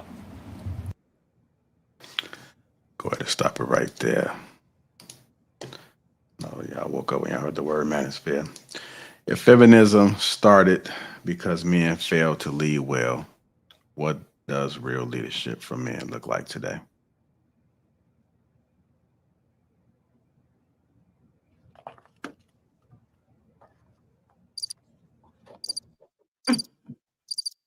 I'm waiting for a man to answer that first. I think that's is on them to. Hey, Mark, you want to jump in there? Yeah, Our opinion it's on from a you. woman's perspective, which I think is needed. I think men can teach other men how to be men, but I think women can teach men how to be with them as a woman from a masculine perspective. Great point. And White, it's on you, baby. Y'all get well. I was gonna say y'all got it. I'll jump in a second because it didn't devolve into a full thought for me really. But if I'm gonna reach and find something, so it says So when he's saying the feminism was a result of men not leading, I'm guessing he's by the way he responded to the manosphere thing, that he agrees with the trope all the way around, that men are weaker, right? Would that be a fair assessment? Yeah. Okay. So I do agree that everything today in today's society is men's fault, because we are supposed to have the position of leadership, and all the blame and victory goes to the leader. So if something is off, it's because we didn't set it correctly. And if things got out of hand, it's because we allowed them to get out of hand. Do women share a portion of the blame?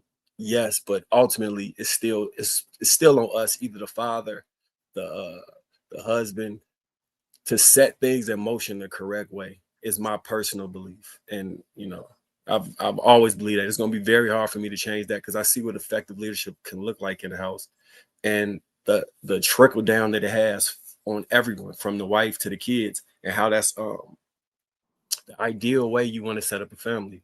So it's on men. Men will be the only ones that will be able to fix this. Like any problems that we see within society right now, there's nothing that women will be able to do to change us en masse as men. And if they can, then that would remove the narrative that men are leaders, because we'll be following women in order to change who we are, or whatever necessary changes need to be made. So the thing that it'll take to fix it is us just taking personal accountability and responsibility, reach one, teach one, and then trying to incentivize the things that we think would be successful to be taught, that they're pushed in a way where it can be propagandized to be something that women are attracted to. So the character traits that are currently seen as something women are attracted to would not be the ideal character traits, judging by some of the things that I think True was saying earlier, and just in general, like if you don't got a big ass chain or this, that, and just random materialistic traits that don't equal a solid family, right? That people could be judging or selecting for. So it would take some type of propagandizing of the things like character, of responsibility, of trustworthiness, of like what a leadership, servant leadership looks like, and unilaterally apply that to be the thing that we award men and just men across society for, in ways that they could see the benefit in behaving in that way. I think right now it's no benefit. A lot of men say they're not gonna get a woman that is gonna follow, so they can't have a family. And then what's the other thing that they would say? Everything that they would be rewarded for historically through society has been removed, and then masculinity has been villainized. So it seemed like if you try and be a man of yesteryear, you're gonna get punched at. And if you conform to the new version of what people say they want in masculinity, you're gonna get attacked. So it seems like men just can't win on either side. So it's real difficult right now, I see, to correct things without also correcting how propaganda looks and not demonizing men at every turn. Yeah. Thanks. Hey, ladies. So I agree with Marcus on that. From my experience and what I've been seeing is that women tend to say a man is not a man or he's not leading properly, are the ones who normally they have a job, but it's not like a good one. It's not a consistent job. Like it's not elevating. They're just stagnant into like that one salary bracket, and they're not able to elevate the household. So you go from a 1-bedroom apartment to a 3-bedroom apartment to a house. You know what I'm saying? Like they're not growing. I hear women complaining a lot about that financial aspect, and then they'll take a man's masculinity away because of it. A lazy man. So I guess like a man just coming home from work and just sitting on the couch watching TV, they're not helping around the house, whatever that looks like for that person. They will say that that's not a man, he's not leading, and all of that. So I think it's more of men needing to set a standard in the house. Like, I feel like men are allowing women to say what a leader is instead of it being like, this is what I am, this is what I'm representing, and this is what we're going to do. Like a leader just kind of sets the tone. So you don't set the tone and then you allow the lady to just do whatever and then stuff start going left. It's because you allowed it to go that way. You didn't say, hey, I understand that you want this, but I think we need to do this because it's more economically, it's better that way economically. So just having more of a voice, just talking more. I see a lot of men just allowing things to just be handled by the wife only. Now, women do have good qualities. Obviously, I'm not talking down on it in that way. We have good qualities, and women should execute those good qualities. But then the man also needs to execute his qualities, and then together you guys do it in that way. But some stuff, like let's say what us women, some of us are very materialistic. So a lot of purchases that's happening is like a waste of money. So somebody got to be there to budget. So when things like that's about to happen soon, or we got the government shutdown currently, right? For people that's affected by that, then you have this EBT situation that's about to happen. If the man had set things in place and say, hey, this year we're not buying that, right? They're so quick to, oh, well, I want to please my wife. Okay, well, you're going to be in a situation a year from now because you didn't set a standard. You got to have like goals. Look at your finances. It's a lot of stuff to look at. It's more like, I'm going to just let her do it because I'm lazy. I don't know what I'm doing. Well, you better figure it out. You have a wife and kids. So if you didn't know at that moment, this is the time to figure it out. Like, don't just allow things to just sweep under the rug. I feel like men, since we're talking about that, need to do more research and learn about life, learn about how to raise a family. What does that look like 5 years from now, 10 years from now? The kids are getting older. You're getting older. Your wife is getting older. What do we need to do? And then set the goal. I just don't, from what I'm saying, men do it. And then there's men who don't do it. Some of the men who do it, sometimes they tend to have a lady that's just not supporting it. Like, I've seen men share excellent ideas and their ladies like, nah, I don't like that. That sounds crazy. Like, shaming whatever their man is trying to do, like not being supportive.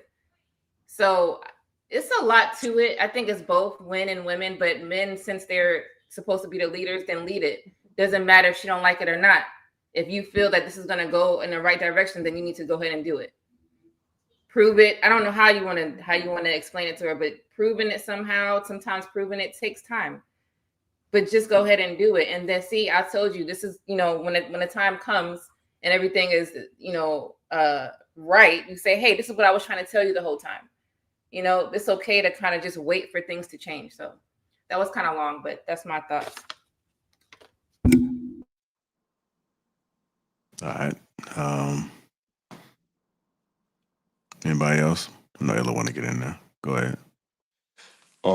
Yeah, I just wanted to say that everybody made some good points. I wanted to piggyback on some things that Marcus was saying. I believe that we got to be honest about our relationships with women and how we, like Lady Di was also saying, we let women define what a man is. And a lot of women have they want leadership selectively. They want you to lead me in some places, in other places you can't lead me. You know what I'm saying? Like, if you may have a suggestion of a book to read, or they don't want to do that. You know what I'm saying? But you can lead me as far as paying the bills. You can lead me as far as, making sure I get on trips. And it's like, but they don't want leadership in saying, hey, and I've said this before, don't wear that. You know what I'm saying? I don't like that picture on the post. It's like they put parameters on where a man can lead. And historically in our community, we've been telling men for a long time that the black woman is the black bone of the community. So a lot of brothers have discarded their whole manhood as just, it's even grandpas that have known to just give mama the check. So it's like men have told themselves that they're just beasts of burden. And then they look at the woman as the intellectual guy. So you got a generation of men who, you want them to be men, but at the same time, we've been telling men that your manhood is still determined and filtered based on what the woman says it is.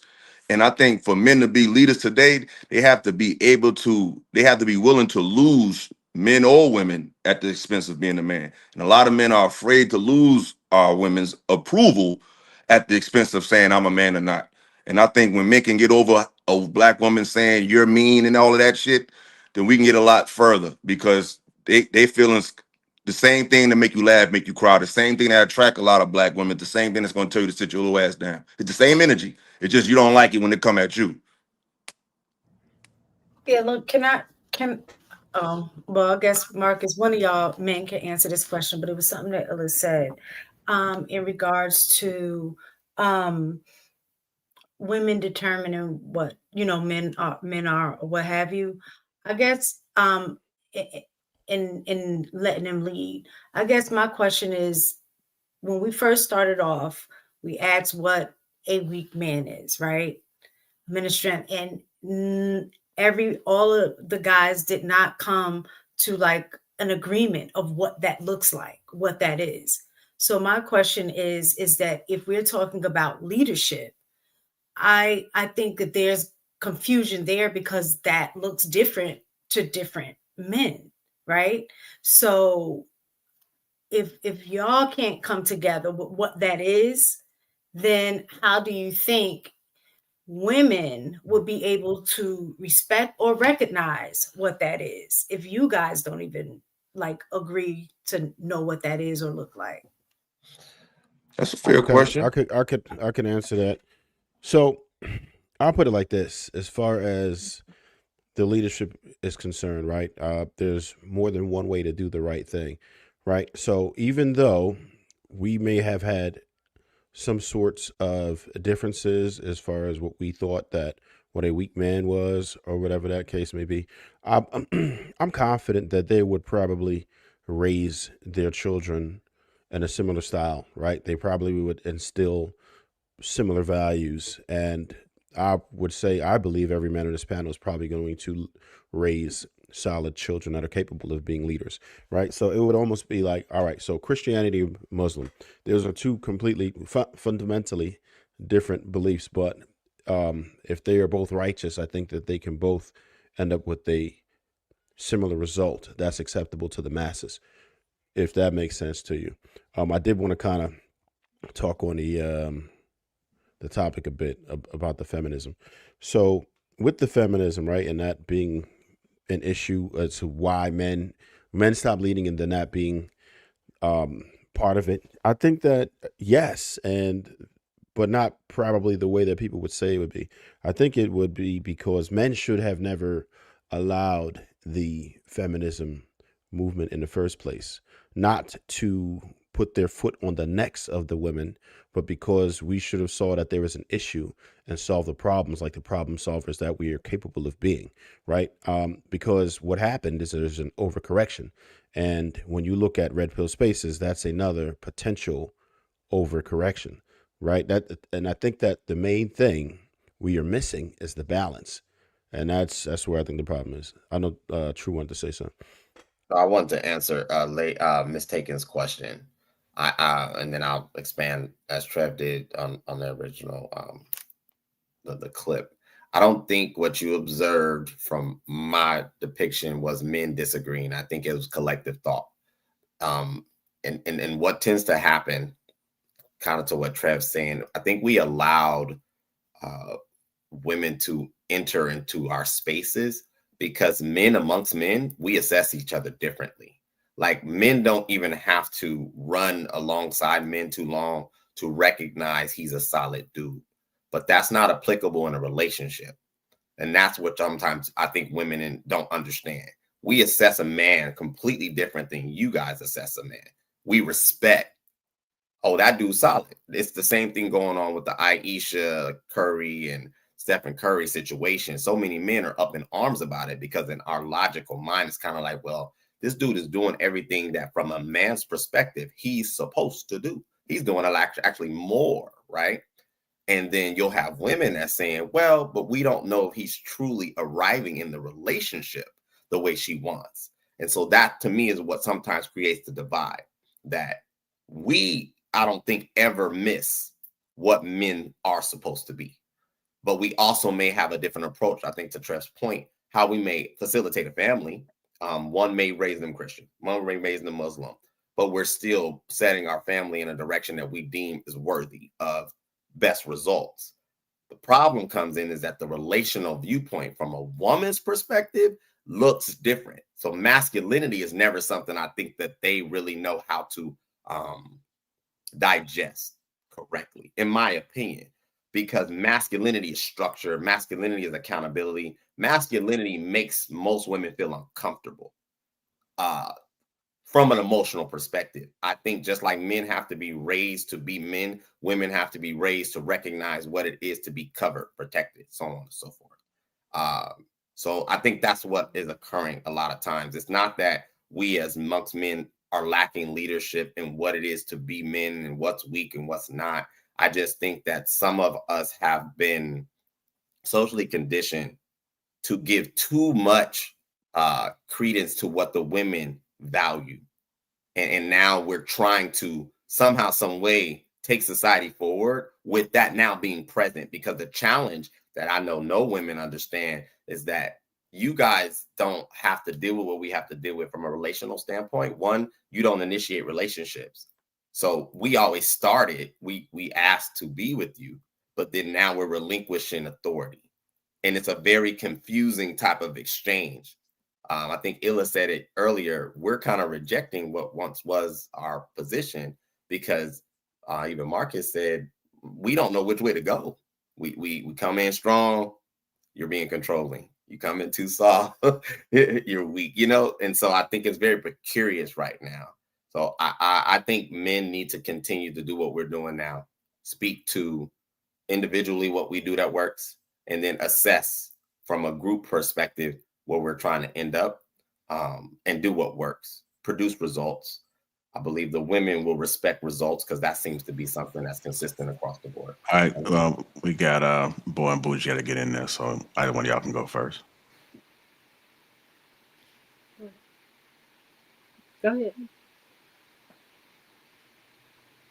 One of y'all go. Y'all. So sorry. I respect what you just said, True. I think the only thing that I think about is you all say don't listen to women. Like, I hear that way too much. You can't listen to women. If I have a problem with that only because you have to. We're on the other side of the relationship. And so how are you supposed to lead people that you don't listen to? And maybe I'm missing something. Like, Yeah. We're not saying don't listen to her, like when she talks, shut her out. No, we're not saying that. We're saying that be willing to dismiss what she said when it comes to the bottom line for you. You can hear it. I can listen to you. Like I listen to my children. That don't mean I'm gonna do it. I'm listening. But the problem is men, they would second guess themselves just because they don't want to disappoint you. So when I say don't listen to what I mean that, like, it's like, yeah, hear her out. But if you don't agree, don't agree. Even if she's upset about it, even if like a lot of men will just discount. Like, for example, this is a small example. Deion Sanders, my favorite player, right? I was with my girl at the time. She talked me out of the shit. She was saying, I was like, yo, I want to meet Deion. He had to sign he was signing autographs. You know, it might be a little fee, something. He signed a football, whatever. She like, but why would he do that? Why would he make you? Why would he charge you to do it? Meanwhile, she just paid mad money to go see Beyonce. She didn't even meet the motherfucker. She just been in nosebleeds. I'm about to meet my childhood idol. Meet him, take a picture, get him. I say, you know what? I let her talk that type of shit. You know what I'm saying? And sometimes it's even bigger, most of the time. But I'm just giving you an example how just because she has an opinion doesn't mean you should overvalue it over yours for crucial things. And I think men do that too much at the expense of just because they don't want to hear somebody say what you said. It's like sometimes we're going to upset you, and sometimes you're not going to understand what we're talking about, and it's okay. You're going to be all right. And if you're not going to be all right, that man has to be all right with that too. Okay. So that's all. That's been my main issue. That when you all hear me say a lot of things about who, women having a voice and women needing to be, needing to have some type of say so over their relationship, because I always hear men say, "Don't listen to women." So that makes much more sense to me, right? Because I don't disagree with leadership. It's just, for me, I'm trying to understand the dynamic, and it should be different, in every relationship because no one is the same. But that whole don't listen to women just always, and I just never got it. Women been saying that about men for years though. Don't listen to him, girl. He can't tell you what to do. Like, that's kind of like common talk amongst women. And you're not the natural leader. So for men to say that is shocking, that because at the end of the day, he shouldn't listen to anybody. He shouldn't make his own decisions because he literally is the leader. Y'all never was the leader telling other women don't listen to the leader. So I don't get that. Say he shouldn't listen to anybody, I think is a stretch. Is a stretch because I see what you're saying. I see how that can sound. I'm just saying a man should be he should be willing to jump out on his own. He should be willing to die on his own sword, regardless of advice. You're going to take account, but as a man, you got to make a decision. And sometimes it may not be in favor of the crowd. Sometimes it may be. So I'm not saying you got to listen. You have to take in advice, but you still have to take the lead and make that decision. And sometimes men, a lot of times, don't make decisions at the expense of upsetting their mates. Well, I want to kind of throw this. I want to throw this in real quickly, Ms. Sagan. So to Ella and the guys, would you guys be okay with giving some support and as to why you make that decision? And That's then also too with Bo, if he makes the final decision and it isn't the one that you wanted, would you be okay if he gave you the support and context? Say, well, this is what we gonna do, and this is why.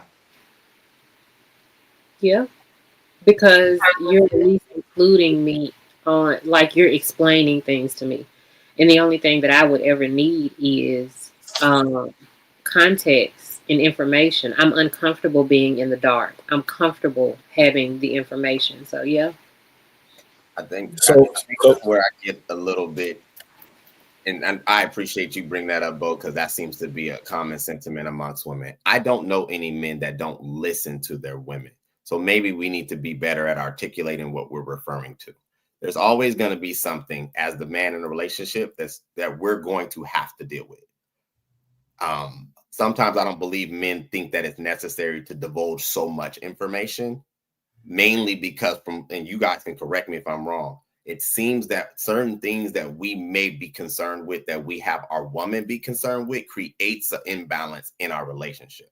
Does that sound accurate? Because from what I've seen is what we may hold as weight or concern, we hold it differently.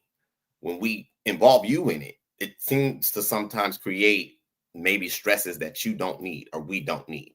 Does it sound somewhere similar? So which I could think we're then making a stress the mistake. man out even, which could then stress the man out even more and make the situation worse by doing that. I would say I have no problem explaining the scenario if it's time permissive. Sometimes you just gonna have to do what needs to be done, move, because I say it. But I would also have built enough trust where hey, this is for the good of our family, regardless of how crazy or whatever. It's got to be a reason. Like if I call my wife and tell her, look, I need you to go stand on this corner with a purple straw in your hand at 4 p.m. and I don't have time to explain it, I bet you at 4 p.m. she'll be standing there with the purple straw because I gave enough into the bank of trust that I can whatever needs to be taken out, my credit good for life. Can I tell So y'all a secret? what's that? A lot of men do not build that trust. Mm-hmm. You all have Right. to be careful and realize that there are a lot of women who have dealt with men that do not build that trust. That woman does not feel safe enough to be like, you know what? Yes, under like just a drop of a dime, do what I say. And So a lot of men don't build that trust. Okay, there's so something about that though. Go ahead, Mistake, and I but was I just definitely want to address that. in regards to You gotta get lead. bougie in that too, y'all. Think she's trying to get in that too. There are different kind of leading styles, things like that. So I think sometimes when we're talking about this topic, it's just one ideal that I think men think about of what a leader is, right? You have servant leaders, things like that. But one of the things is, for me initially with being married, it it was a shift because it it has to come to a collective agreement and understanding. Not saying that all the time my husband is going to listen to what I tell him, right? He's just not. Something he'll listen, but like Illa said, sometimes is okay, and then he go do what he's gonna do anyway. But in that, I think as we matured, we got better at taking each other's input, right? And like Bo said, it's about, well, no, Mike said, it's about having a level of consistency that now I get to a point where I trust your judgment. So I don't necessarily need all of the information all of the time. But you also need to know who you're with, because whether I trust you or not, I just want to know. I'm just the type of person that I just want to know. And that helps store things in my bank that helps me make decisions that may be outside of anything that have to do with you. But when you teach me or when you share, it lets me put that in my Rolodex for something that may happen later on. So I'm very inquisitive. So even like Mike said, you know, if he tell his wife, be there before he got enough in him, and I will probably have a question like, is it safe? You know what? You know, something is going to be something just to confirm certain things. But I think men have a hard time because they automatically think that the question means antagonizing, you know, not trusted, or you trying to be my mom. Like they interpret women questioning as a nuisance. And I think that's where some of the conflict comes in, because it's not necessarily that we don't trust you. It's just makes us feel safer when we know the whys. That's it. Sometimes, Yes. you know, I'm sorry. I was just gonna say sometimes some women just never feel safe anyway. So True it's too. it's not really that the guy isn't doing it. It's just that she's having something going on within her that she just would never fully safe. And sometimes you ask some questions. If it's like 6 or 7 months and y'all solid, she shouldn't be asking these same questions. It can be annoying. You keep asking questions over and over again. It's like, what, you don't trust me? Like, You love me? You love me? You love Right. I seen that little thing. yeah. Can I jump You know what's real quick? I I'm had sorry. something. I'm not even going to be long winded, but I just wanted to respond to this because I wanted to stop it because I think we're making the same mistake we made Tuesday, right? Whereas we act as if we forget about the masses. Sometimes we really do that. Like people on this panel might be a certain type of way. There's different archetypes of men, right? We're not all wired the same. There are many men who say happy wife, happy life. Or I've talked to a lot of dudes. I have associates that I'm like, I'm like, so what's up? How about this? And they'll be like, oh, I got to talk to the boss first. This is how it goes down. It depends on what type of man you looking for. There's certain dudes like, and I'll be honest, maybe some people won't be this for, but I really don't give a fuck what she talking about sometimes. And that's just me, right? That's me. And I don't care. And y'all can think what y'all want to think. Y'all probably shouldn't be with a cat like me because that's how I'm coming, right? But there are some dudes who will care what you're saying and refer to you as the boss, better half, and all this other shit and say, look, what do you think about this, honey? And that's cool. You just got to understand what type of man you're getting with that, right? And there's choices and trade-offs. If you want a dominant masculine man, then guess what? He's probably don't give a fuck what you're talking about sometimes, right? And it doesn't mean you don't mean anything, but it's just he's assumed the position of leader and he's not willing to compromise or be compromised. Well, Ella. That's absolutely right. And a lot of times though, like what Bo was saying, you were saying you can't trust, but y'all be sending mixed messages because like the people saying you don't gave this man your body already. So all of a sudden now, oh, I don't. It's like make up your mind because if you don't trust me with your decision making and what to wear and what to eat, and why is you busting it open on the balcony? Like that doesn't make any goddamn sense. And I don't know what it is with the modern woman that they feel like, yeah, I had sex with you, but it ain't no but. I remember once upon a time you have sex with a girl, she wouldn't let you go nowhere. Now oh, you have sex with a girl, you be in the sheets like this, she done left. It's like once you give a man your body, you told the universe, this is my husband. Women be thinking that's what you did. Once you let him get in there raw, and then you want to know, I don't trust him. No, you don't trust your damn self. Because if you didn't trust him, you shouldn't have gave him your body. But that's all I want to say. Oh man, let me play the rest of this. This clip, man, it's getting real now. Are y'all cool? I'm doing a well-being check. Anybody feel uncomfortable? We need to get HR.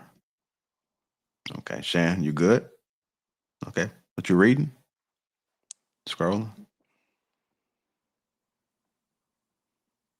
Did you hear what Ella said?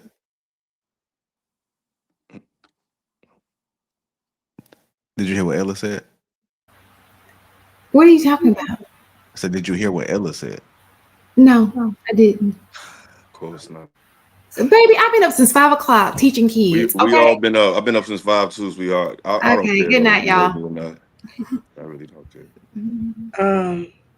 I was just about night too. I gotta get up. Like to say something to that. Y'all done ran her off. God damn it. No, y'all forget Wait, that man. on this side it's already 12 o'clock, and we got to get up at 5 in the morning to be at work. Me too. At high school, so we have to be there by 6:45. So I mean, we only have 30 more minutes, man. I wasn't gonna spread it out too long. Go ahead, Bougie.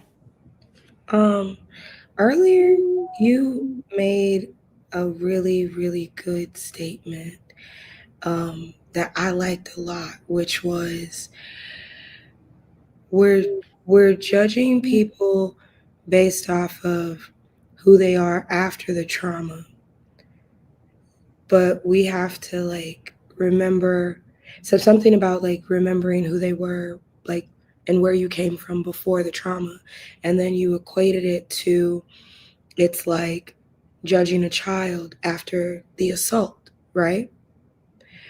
So if you understand that and you could make that great comparison, then it should be super easy to understand why, when we look at it statistically, how many women have been assaulted and now they don't take sex seriously, but they still take their emotions seriously. So they will sleep with you and then be like, no, I don't trust you.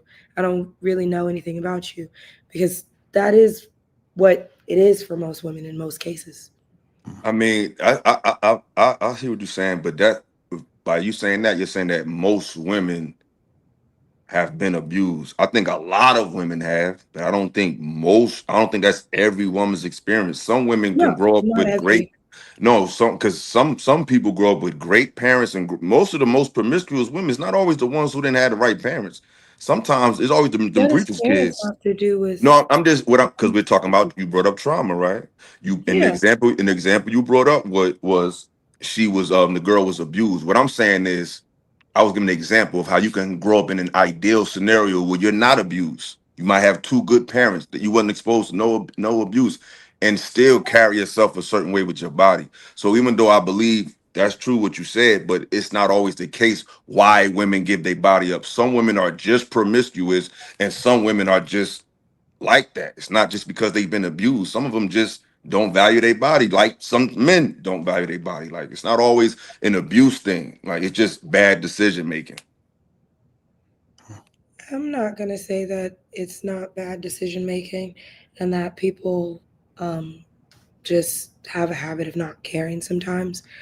But I mean, the number is 1 in 4. So that is a lot. It's 4 of us on here right now that are women. So that means at least one of us has to have been through some type of sexual assault, rape, or trauma, right? Well, damn. So, because I thought you were saying I was going to bye. be I'm like, sorry. like 75% of y'all? Shit. you know what I'm saying? Like, I mean, that's a I big mean, what number. about the numbers of men who don't even talk about it? So you can't even assess what happens to men because that's not even spoken about. So what we're only Right. So assessing is that's the where I'm women saying that that's are where the willing to feeling talk. comes from. We're assessing the women that are willing to talk and willing to speak their piece to tell you what even happened. That's for one. For two, you're under assumption that everything they tell you about what happened to them is the truth. That's another category. Three, you don't even know what men go through or what amount of data that men have accumulated from them being abused by a male or a woman because it's not even spoken of. So to yeah, they talk to don't say it. So their numbers are high. So a lot of women don't even report, right? So the numbers that we currently have are actually even higher than that. And it's probably, higher for guys too, because you're less and that's likely a to fact. But you see how the yeah, woman trauma was even taken, the man's trauma wasn't even considered. Is considered. what I'm saying. It's not even considered in the conversation. I had to interject it. I had to bring it to it. It never is. Well, but I think that that's what you're supposed to do. Because men are Like, more likely the nobody was about to interject the point that I just made. I interjected it. If men want their trauma like to be talked, like it's like I'm not going to speak for men because I'm not a man, so I can't bring up your stuff. I'm bringing up what I think is relevant for the women's side. So the point of this conversation is for you to bring the same way that if people felt like we didn't talk enough about the Asian perspective. Put an Asian person on here to talk about it, because I'm not going to preach for them. But Like, do you see I how can you only say preach Asian what I know. person? You didn't say Asian male or female, and therein lies the problem. When it comes to other races, they speak on behalf of the people. When it comes to black people, they speak on. Women say, "Well, hey, I got to speak for women," and men say, "Hey, I got to speak for women." Men, that's the problem. We need to speak for people. It shouldn't matter what it is. Abuse is abuse. Mistreatment is mistreatment. Women should speak up for men, and men should speak up for women. Because women are always telling men to speak up. They say believe all women. That's something they speak to everybody. So they're telling everybody to listen to us. You know what I'm saying? So what I'm saying is men and women should speak up for men and women. Wrong is wrong. It shouldn't be a gender thing. The responsibility should not be on individuals. And I think that's what's wrong with our people. We have this narcissistic view when it comes to talking. We need to speak on behalf of trauma, period. When it comes to men, it's just you should speak for men. But when it comes to women, we all should believe and we all should listen to women. We all should speak up for women. But you notice even when women say that, like even if you read some of the comments, and a lot of times this is why women withhold, is because one, you're not believed, because they'll take the one or two women that lied, right? And then it impacts everybody else's story, right? Or just even, like how we've seen like women, twerking, but the majority of women aren't twerking, but those women are the ones that get highlighted. They're all women, right? So when women do speak up, like it'll say, oh, look, actually here now. I ain't gonna even call them out, but like say that when she gave the example of, trauma happens and, it shows up in different ways, that some of the comments was like, okay, here we go with the excuses, right? But I think that's where sometimes the problem lies, is that women are given examples and is taken as by men seen as an excuse for, as opposed to an explanation of. So just like earlier when we were talking about men and their masculinity and over masculinity based on, when I brought up, well, historically, there's a reason for that, right? Everybody was on board with that. But then as a woman saying that, well, trauma and it could lead to this, the response is, nope, she's just a hoe. Some women are just hoes. Some women are just promiscuous. So you see how the difference in accepting explanations. I see what you're trying to say, and I respect it. But I think as a whole, we can say for the most part in our lifetime, women and children's issues have been always dealt with a sensitivity in general. It was always that way. Women have always been dealt with kid gloves. Everybody had to know what's going on with women, more so than men. The problem is when women make these examples, not like tonight, because tonight she didn't do that. But I'm saying, and a lot of times when women point out examples of women getting mistreated, it's always an example of somebody who is a horrible example of that. They're always trying to use a celebrity female or some woman who's using a salacious way to get paid as an example to validate their point instead of just some everyday life stuff. They just use the wrong examples to further their point. It'd be women that's out for money, or like, it's just, to me, the people they try to use to validate it, it's just always the worst example. But it does happen. Yeah, I agree. Most women I've met, they've told me that something happened to them. So I'm not disagreeing with that. But I think men do men dirty when they go to jail if they did something to a woman. They get dealt with like right away. All right, let me just play this last clip right quick. 25:56. Okay, here we go.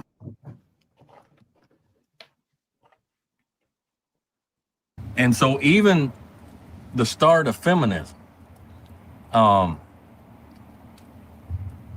in a large part, in my mind, was caused by chump men. Yeah.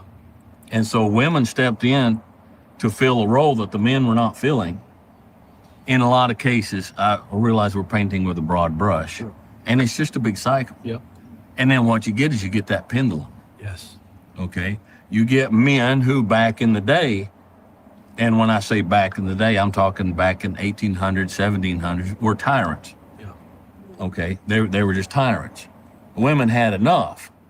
And so they stepped in and the pendulum went up here.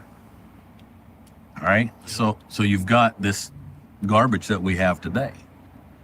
And so now you've got your manosphere guys who are trying to swing that pendulum back, but now they're swinging it plumb back up here. Right. And what we need is this balance in the middle where we respect and honor women and stand up to them.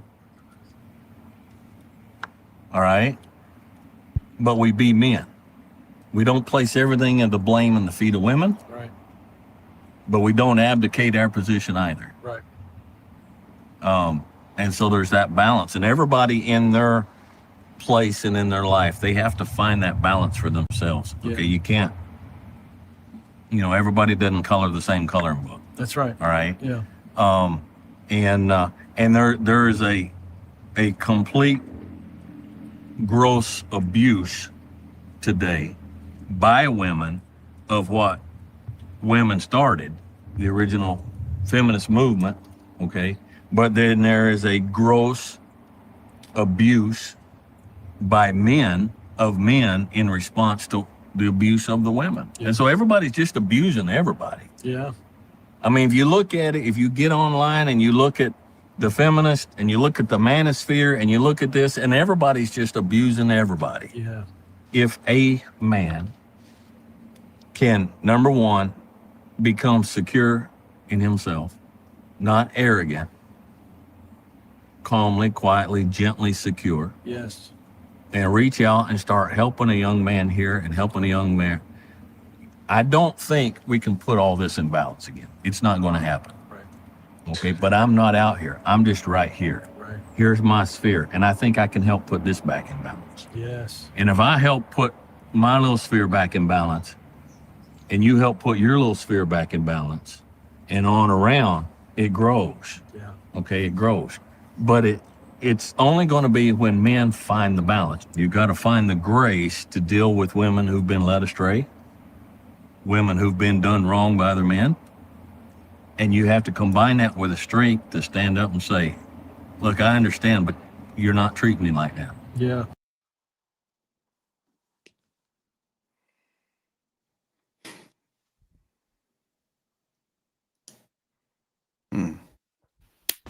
Okay. So for a lot of it, okay. But for the very last part, that is the only thing that I always speak about. That's why I always say this is for me. Like, this is my truth. This is what I want. This is what I want for my life. I can't speak on what people in other relationships should do. I know what affects me and what makes sense, like, in my life. I think that we should stop trying to fix the problem as a blanket, because there's no blanket solution for something that's so convoluted. You can fix the things that you are closest to, fix your life. You can advocate for your people, like, fix your bubble. And if we all fix our bubbles, like, I agree with that logic, because I'm always talking about me, because I can't change anyone. I can't change anyone's reality but mine. Like, I know what type of man I'm looking for. I can't tell the next woman how to find her man, how to treat her man. Don't do this and don't do that. I ask questions, I give advice, and I tell her, do what's best for you. I can't tell you anything, but I can advise you. I can tell you what I've experienced, but I also do not ever tell people you need to leave him unless that man put his hands on you, and then you need to get far, far away. That's all I got. So Bo, real quick. Now, I spoke to that a bit earlier, where I do agree that there are different types of men, and what it is that you're looking for. If you were very intentional about it, you could. I truly believe you could find that. However, even with that, I do think there are some baseline things that we should have across the board, right? I think that structure that we were talking about earlier, we do need that. I think that's what our community is missing. I think that's what we see and other communities that works that have them thriving, and we don't because we're not on code, because we don't have a structure, we don't have things that we promote and things that we don't accept, right? And it doesn't mean that we're going to dictate your lifestyle, but there should be certain things in place, certain disciplines, certain actions that we take collectively. I think we have to, at some point, we have to have some type of structure, something that we accept universally. I think we really do. I mean, but honestly, that's got to be something that is, like he said, a broad brush. Like it, but I think the problem that I'm having is that a lot of men, not the men up here, but a lot of men that I hear uh out in especially TikTok streets, it's like they want every little line item. Like they want to dictate what a feminine woman is. Every little line. You can't do this, you can't do that, you can't do this, you can't do that. And for men, women do it. You can't do this, you can't do that, you can't. And I'm like, y'all have to stop, because what one woman doesn't want, another woman does. And so, yes, we need to have like baseline things, but it can't be all of these So we're talking about principles, right? We're not talking about superficial shit, because a lot of things Right. that people say are superficial, and I think that's stupid and unrealistic, because we just don't have the numbers of those types of people that the opposite sex is looking for, and that's on both sides, right? Hmm. And then you have to understand what you qualify for based on what it is that you offer, right? And a lot of us don't want to deal with that reality. Like you can't get every type of man you want, right? And there's going to be some concessions unless people aren't compromising by getting with you. That goes for both men and women. A lot of men who are on TikTok, and TikTok is a different type of animal, right? Those TikTok people are different, right? So for the most part, it's a different world when you go into TikTok. And I mean, just from some of the things and how TikTok goes, and like the conspiracy theory shit and the trends, the group sevens and goofy shit like that, that actually sticks to the wall. It lets me know that it's a different type of people, right? And this isn't just young people, because I see it's not the generational thing, because I know somebody would probably say that, but it's not, because I see old ass dudes, I see people in their 40s, I see people in their 50s, people with gray ass beards and shit doing the same things in the same weird ways. So it's not a generational thing. I truly believe that TikTok people are just cut from a different cloth. The people who really just sit up there and do they shit is Hmm. different. And I don't want you to, and I know you might spend most of your time on there as far as social media is concerned. I could be wrong, but if you do, if maybe you watch YouTube more, okay. But a lot of people, when you get into the TikTok world, it will give you a different perception of reality. In all honesty, it's different. Like the shit that you see on there is very different than what happens in real life. And I've seen it just because of me not really being in there, and then jumping in there and seeing like, what the fuck? It's different, right? And I'll jump back on the Instagram. You'll see some weird shit there too. You'll see some weird shit in YouTube, and then what you see in real life is completely different, right? A lot of people's alter egos are on there, and it's a lot of bullshit, right? People say you could get on there. There's no governing, right? Anybody can literally, with the phone in their hand, could say whatever it is that they want. They don't have to have any knowledge. They don't have to be well read. They don't have to study this. They don't have to do anything. They could be a little bit charismatic or not, or just say certain trigger words. They might know how to freak the algorithm and get their shit off. And because a lot of people say it, or a lot of people view it, then you might think that it's valid. A lot of times people are grifting, and it's a whole multitude of reasons why we shouldn't take what we see on TikTok seriously. But I think you got boots on the ground. I know I do. Gentlemen on the panel do. We see what's really going on out here. We see what it is that we need to improve on, and no matter what, it's certain things that we should be in agreement on. No matter what, baseline, right? Fathers, I think everybody in the panel would say fathers probably should be with their kids. I think you shouldn't get any woman pregnant who you don't plan on being with for the duration of that child's childhood, right? I think that everybody would be in a consensus with that. Let's just say we just started right there. Even if we just left it there and said, fuck everything else, right? For now. And we just started with that and corrected that, we already up one just from that alone. and certain principles like that, how to get your finances right, certain things we could agree on. It ain't how you're supposed to run your household. It ain't how you're supposed to live your life. We're not into that. I don't think that's even the conversations we should have. But as far as us being contributing to society and being better men and women, we should have them standards. I agree. Are we answering that question you just had on the bottom, JR? Yeah, that was a question. The manosphere thing. Yeah. I think manosphere is male feminism. They male feminists. That's what I think. I think at first when it started, it was necessary. I think it was needed. Like feminism, probably when it started, probably was necessary and it probably was a good thing. But just like anything else, like feminism, a lot of times people start talking. The hurt people start taking over. The trauma start taking over. And I think now, like these guys, they might say they don't, but you're responding like you really hate women. You're not responding like you want to find solutions. You're responding like you just want an opportunity to have an argument with a woman and you want to win it, right? That's what I see most of the time. But like I said, I believe that at its core, it probably was a good thing at one point because women probably was out of control. Feminism probably got out of control, and then you had another radical group, another radical thing that started. So yeah, I think it's just male feminism.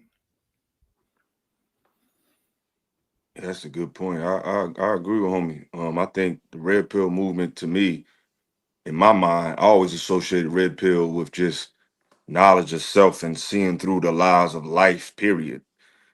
Whether it be nutrition, whether it be women, whether it be religion, whether it be government, whether it be anything that's a part of your reality, getting a higher understanding of it. But eventually, it just turned into straight dealing with women. And I agree. I think it's gotten way, way out of hand till you got I done seen young men at 18, 17 just come to like stone cold conclusions about how they going to live their life according to these rules of what they think a high value man is. And like all these things it's kind of putting men it's supposed to free men, but a lot of it is putting us right back in a box for real. So now I agree with what he said. They had a purpose at the beginning, but I think it's a little bit out of hand. It's the wrong people at the front of it.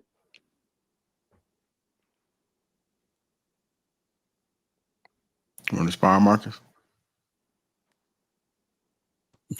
Yeah, you already know I agree. I agree with real dope.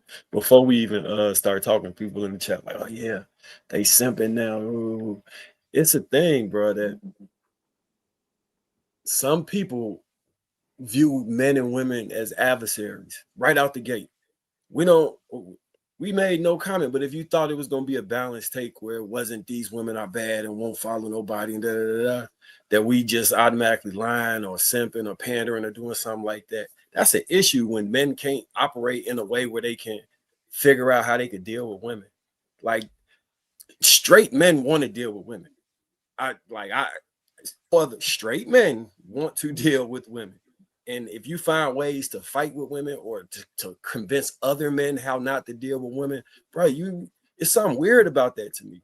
I don't know exactly what it is. I can't put nothing specifically on you, but if your whole thing is under no circumstances can women be good, and I can't, that's a problem. That's the same thing as women saying they hate men and don't want to birth male babies.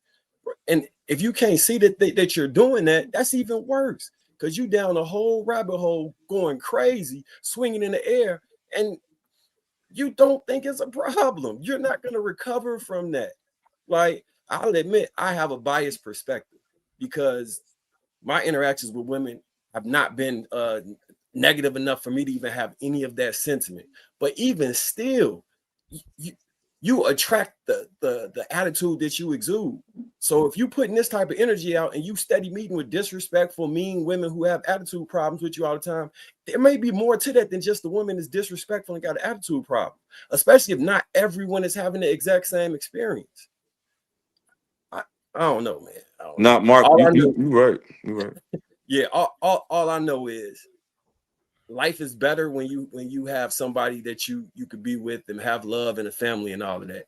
And to rob yourself of that, and then man or woman rob your friends or the people in your surrounding community of that for whatever reason is weak as fuck to me. That's yeah. Don't let a woman who's scorn you, or woman acting out of control, turn you into a hoe, right? It's a lot of men that be in the comments and all, like a lot, and in the red pill space, who like they turn into hoes, right? They start and they match a woman's energy, right? I believe that if you about to correct something, you correct it, you shut it down, right? But it turned into this going back and forth, tick for tack thing. I think men, you shut it down, right? You don't argue. I'm saying I don't know if that makes sense, but I see it's just matching a woman's energy, and I think that's really what this shit is. Like, even when I see men being unreasonable, I think that's matching a woman's energy, right? I think men are leaders. I think men slow down. I think we should be tactical. A lot of the guys, they just say shit. They just say whatever as soon as it come to their mind, like an emotion. They just say it. They throw it out there. Like when they may be calling us simps, right? Because they're not thinking, they're not being tactical. All of the data, they just talking about what they just felt in that moment, and they throw it out there. That's whole shit. And I think that men should get better. That's what women do. They say something and they apologize. I'm sorry, I didn't mean to say that earlier. So, Mont, right? I mean, you and M. White have thoroughly articulated the problem. You said do better, right? Now, what's that look like? How do you become, a loving, masculine man who appreciates women versus, what you just described? What's the first thing what's the first step they should take towards going to? You're asking the right question. I think the first thing you always should do is look inward and make yourself better. That's the first. That's for me. I'm always going to look inward and make myself better. I'm always going to make myself a better leader. I'm always going to ask myself, what am I doing wrong? I might not be the problem. I'm still going to ask myself what I'm doing wrong. I'm gonna figure it out. Listen better, right? I remember earlier we was talking about yo, don't listen to women, right? I 1000% agree with that. But we need to hear our women, hear them, see what they're talking about, take it into consideration, right? Sometimes you might yell, you might be doing homework with your kids. You might start raising your voice. You might later on think about it, process it. Damn, I shouldn't have did that. And I shouldn't, maybe I should have reacted differently to that. I don't think a lot of men are doing that. I think that's one of the steps we can take. Slow down, think, process, pride yourself on processing information. A lot of us are not doing that. Pride yourself on being a good coach, listening to who's around you and putting them in the best position, to be successful in your unit. I think these are things that are helpful. You know what? I want to touch on that part because I think people may have heard it differently, right? When men say don't listen to women, generally men who operate like that don't listen to anybody, right? So I'm one of those dudes who don't listen to anybody. I'm always the leader of any situation, right? So you got to, and that's why I said not every man is that. Not every man operates like that. But I generally don't listen to people unless you are like a master at something that I need to listen to you on. I'm not even trying to do that shit. Anything that I operate in, I'm usually the leader. These are the type of men who talk like that, people who lead situations. So when you get with that particular woman, right, she understands this is something that you've already earned. You've earned her trust, and she trusts in you to handle that situation. It's not it's not a dictatorship by any means. It's just that this is my position, and this is actually part of my covering, to where you don't even have to think. You can, but you don't have to, because that's how good you are that I'm going to take care of the situation to where you could just really rest easy. That's what men are doing. It's not to say, we just want to negate what it is your whole thought process is that if you get with a man who is a true leader, right, then he's probably not trying to hear that shit. I think you're speaking from a different perspective, and I think that the perspective that that's right, and that's what. But real quick, I think the perspective that you're speaking from is the one that the girls were talking about earlier, right? What you're saying is, because I observe you, right? You absolutely do listen. You absolutely do intake information. You absolutely are reasonable in the way that you behave yourself, in the way that you have conversations. You have real dialogue, right? But there are a lot of people, not even just men, a lot of people, it's a human thing, right? To not taking information, to think that whatever you are already whatever is already in your mind is all the information that you need, right?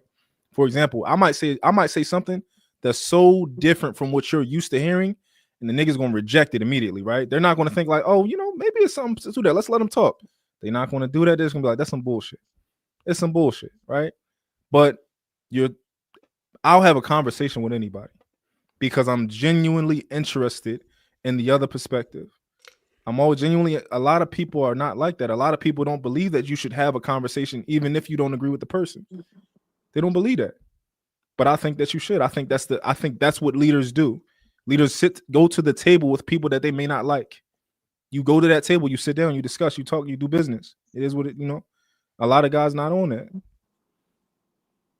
So I think from my perspective, to answer your question, Trevor, on what it is the man could do,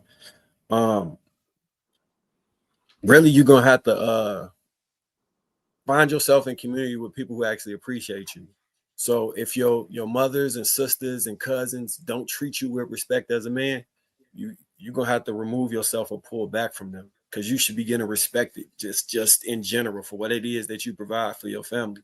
Make yourself useful so that people feel your absence when you do remove yourself. And then make yourself valuable in ways when it comes to dating, that women will conform to what they want. You've just got to be able to provide something that someone wants, and then they'll contort themselves to fit in whatever, especially like the receiving aspect of who women are. They'll contort themselves to fit in whatever aspect box that you require, if you're actually wanted and they genuinely want what you have to offer. I think putting yourself in rooms where people actually want what you have is probably the key to it. Don't force yourself in places. Don't force your ideology on somebody. If they don't agree with you, they don't want to deal with what you got going on. Just remove yourself. Don't allow them to abuse you. Don't allow them to put you in positions where you feel like you're not being respected or heard, or your words is checked.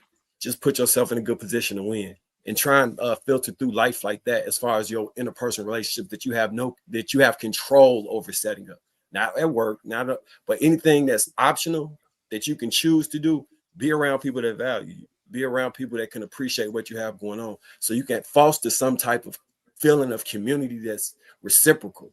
If you're in places where no one respects what you say, or you feel like people are attacking you all the time, you got to remove yourself from that for your mental health, because you'll just walk through the world projecting that on the other people.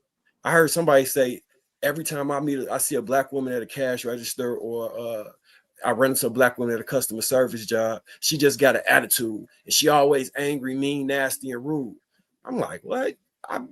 Most black women I see hook me up. Like they be cool. Now you might catch somebody on a bad day or something, but for the most part, they just be chilling, and they be like not formal with, you know what I'm saying? But if you walking through the world believing that all of these women is gonna be angry, all of these women that have an attitude, there's it's energy that follows you while thinking that. It's not just you thinking it and then let's see what happens. The way you view the world, your perspective is shaped through the things that you believe, and the way and it precedes you. There's an energy transfer that occurs, and if the energy transfer is negative, a lot of times you'll get that back.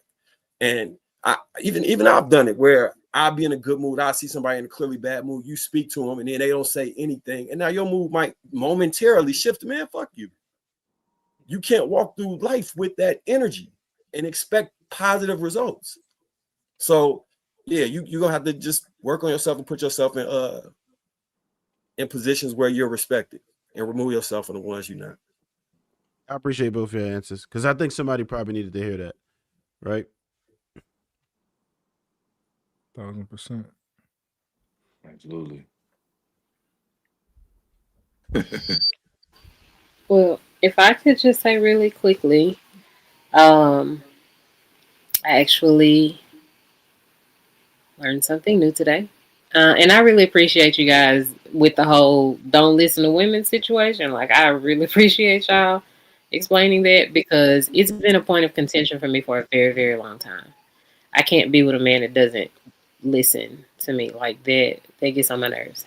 So I appreciate that. That cleared a lot up for me today. Now see what happens when you have a conversation and you. Shut your ass up, man. I'm I'm just just playing. saying. That's what happened when you actually can have discourse. You can have a conversation. You don't gotta always come try and punch people in the mouth. Who punch people in the mouth? The niggas who be trying to, get little slam dunks on these, the women. You right about that. Yeah. Jared, what you got there? Eggnog? No, it's some Similac? Nah, Sure. it's bourbon. Nutriment? Or whiskey. That's some player shit. Like a little whiskey. Some grown man. All right. Anybody else want to add anything? Bougie, want to add anything? Okay. I feel like you've been kidnapped in the mind. No. I mean, Just trying to play it safe. no. I just. I mean, you was resting I your don't know. femininity today. I don't know that y'all lost me, and I I just Can you articulate where you got lost at? What happened? no, not like I got lost. Like y'all lost me. I didn't get lost. I started hearing things like you just don't give a damn, and words like "let" started flying through this conversation, and then Trev started saying something about he ain't listening to what no woman talking. And at that moment, I think I went ahead and I just checked that. I was like, But again, okay. did you hear the part when I said that's not everybody and most men don't behave like that? Just like how True was saying earlier, like he feel like only 10% of men could fight, but women probably think most of you could fight. Women might think that most men act like that. So a lot of men will project like they leaders project like they tough and all that shit and project like they would run a woman in a relationship, but they fucking fold in real life. That's just what it'd be like. Like, for real. I watch these. Listen, I have females that are friends, and I watch them run circles around men, right? And so all of that stuff about men putting their foot down and all that shit, that'd be fake for the most part. People might say whatever. That's my but whole that's not real point. life. That's why I checked out of the conversation, because I think no shade, no tea to nobody. Y'all know I really love y'all. I think all of y'all be lying. I do. I think that y'all get on here and y'all be like, I'm a man. I run some shit. Oh, hold If you don't get on. no coochie, Put a you're gonna name on lose it. your damn mind if your woman be like, Hold. you run me. Put a name on it, And then, Bougie. you know how women like to get like that? You know how No. women will be like, oh, he not listening to me, or oh, he upset me. Now we not having sex for 2 weeks. Because I've also had conversations with y'all where y'all be like, women be dead wrong on holding their coochie away from us. You ever heard me say that shit? I agree with Trev said. Like, most men are not like that. Most men will do exactly what Bougie wants them to do. But there is men, and it's a coincidence. Me and Trev from the same area, so I know for a fact he really probably is like that because I'm really like that. I don't give a fuck if you take that coochie away. If I say some shit and I mean that shit, and it might lose you in the process, I swear to God on my mother and father graves, I will lose you in that process. But that's not a lot of men. But those men do exist, especially from Essex County. I ain't capping. Any woman that see me know that motherfucker ain't lying. I will definitely leave you where I found you. If you say something I don't like, if you moving the way I don't like you to move, that don't mean I don't listen to you. But some men are willing to walk away from that box, that bed, that beautiful. Yes, they exist. They're rare, but they exist because they definitely on this panel. It's some, but I Nah, think Bougie, I'm that. that's a Bougie, you minority. gotta put a name on who you talking I'm that. about. Put a name Please on who you do. talking talking about. Please These- do. talking Even if it's about. me, I don't care. Go ahead and do it. It's not I gonna make me wasn't feel talking about away. anybody specific. You said Well, You even said niggas y'all. on- You said put names y'all on. be on the panels, Really? so you had to have been talking about somebody specifically. Just I drop the feel like name. I Ain't have nobody heard. scared. Yeah, say the name. Say the I feel name. like Does I've anybody heard. object to it? Well, We no, had this is True my up here first today. time We having a got I have Mike. one conversation. person. This is my first I time won't having a say. conversation with you, Illa. So No, say it. it's obviously not you. But I've heard Yeah. all of y'all sit up here and be like, because you know how women they'll like try and like withhold sex. And even Illa said, right? He was like, because Wait, you heard me say that before? well, no, I've heard every man pretty much I on would here withhold sex make a before I- complaint about how women will do that. Is what I'm Okay, saying. right? so all right. No, What you I gotta would understand? Yeah, they I'm will, tying but some men So won't. Will let you do it and don't care. But I'm So wait a tying minute. that into the point that I made earlier, which was men have like their manhood and their ego wrapped up into their sex life and their wallet. And then later on in the conversation, you also went on to say how most men aren't going to do something because of what they feel like is going to be the repercussion from women. So if we both came on here saying which is pretty much the exact same thing, right?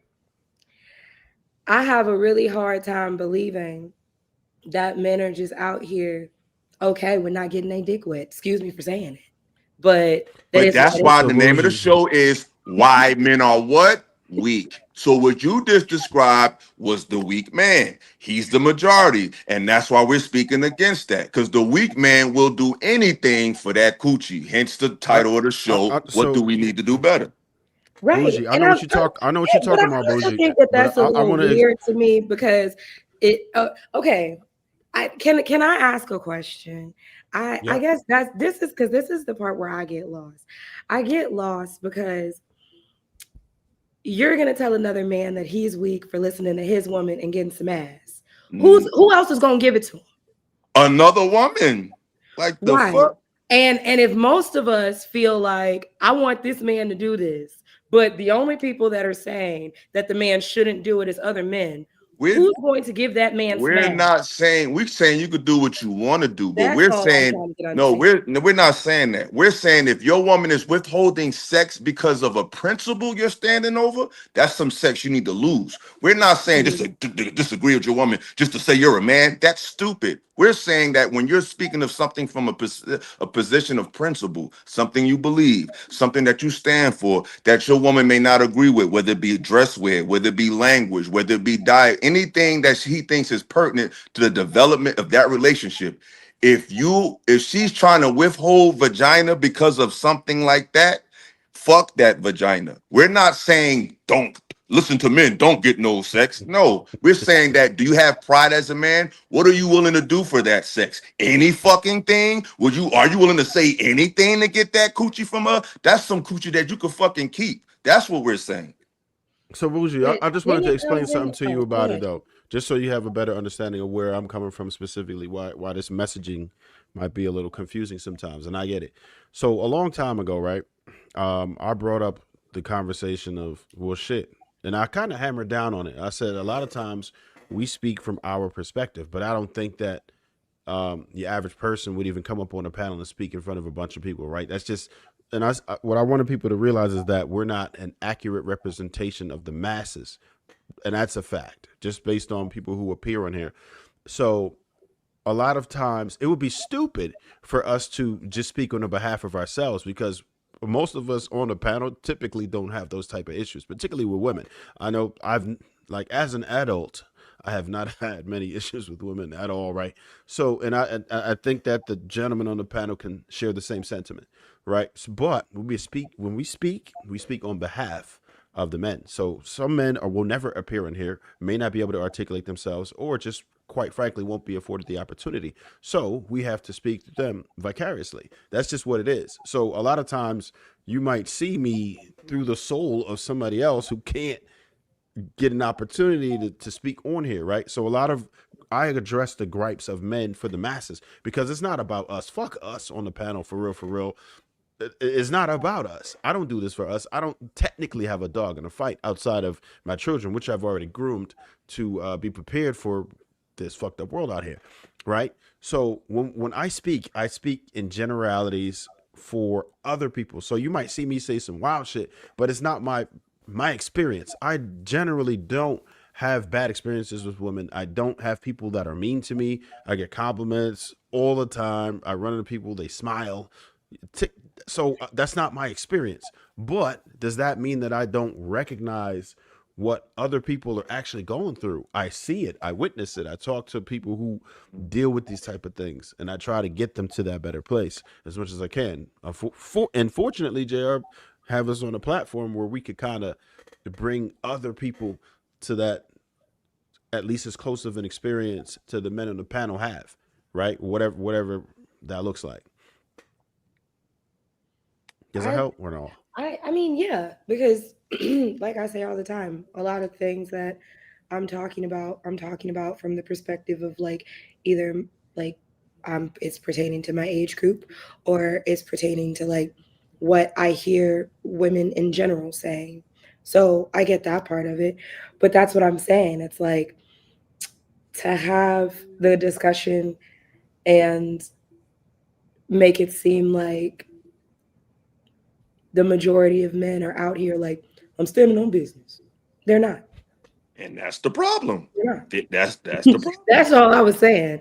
We agree. Absolutely. Is most men are not, especially like how Bo brought up like the men that be doing all of this yapping on TikTok.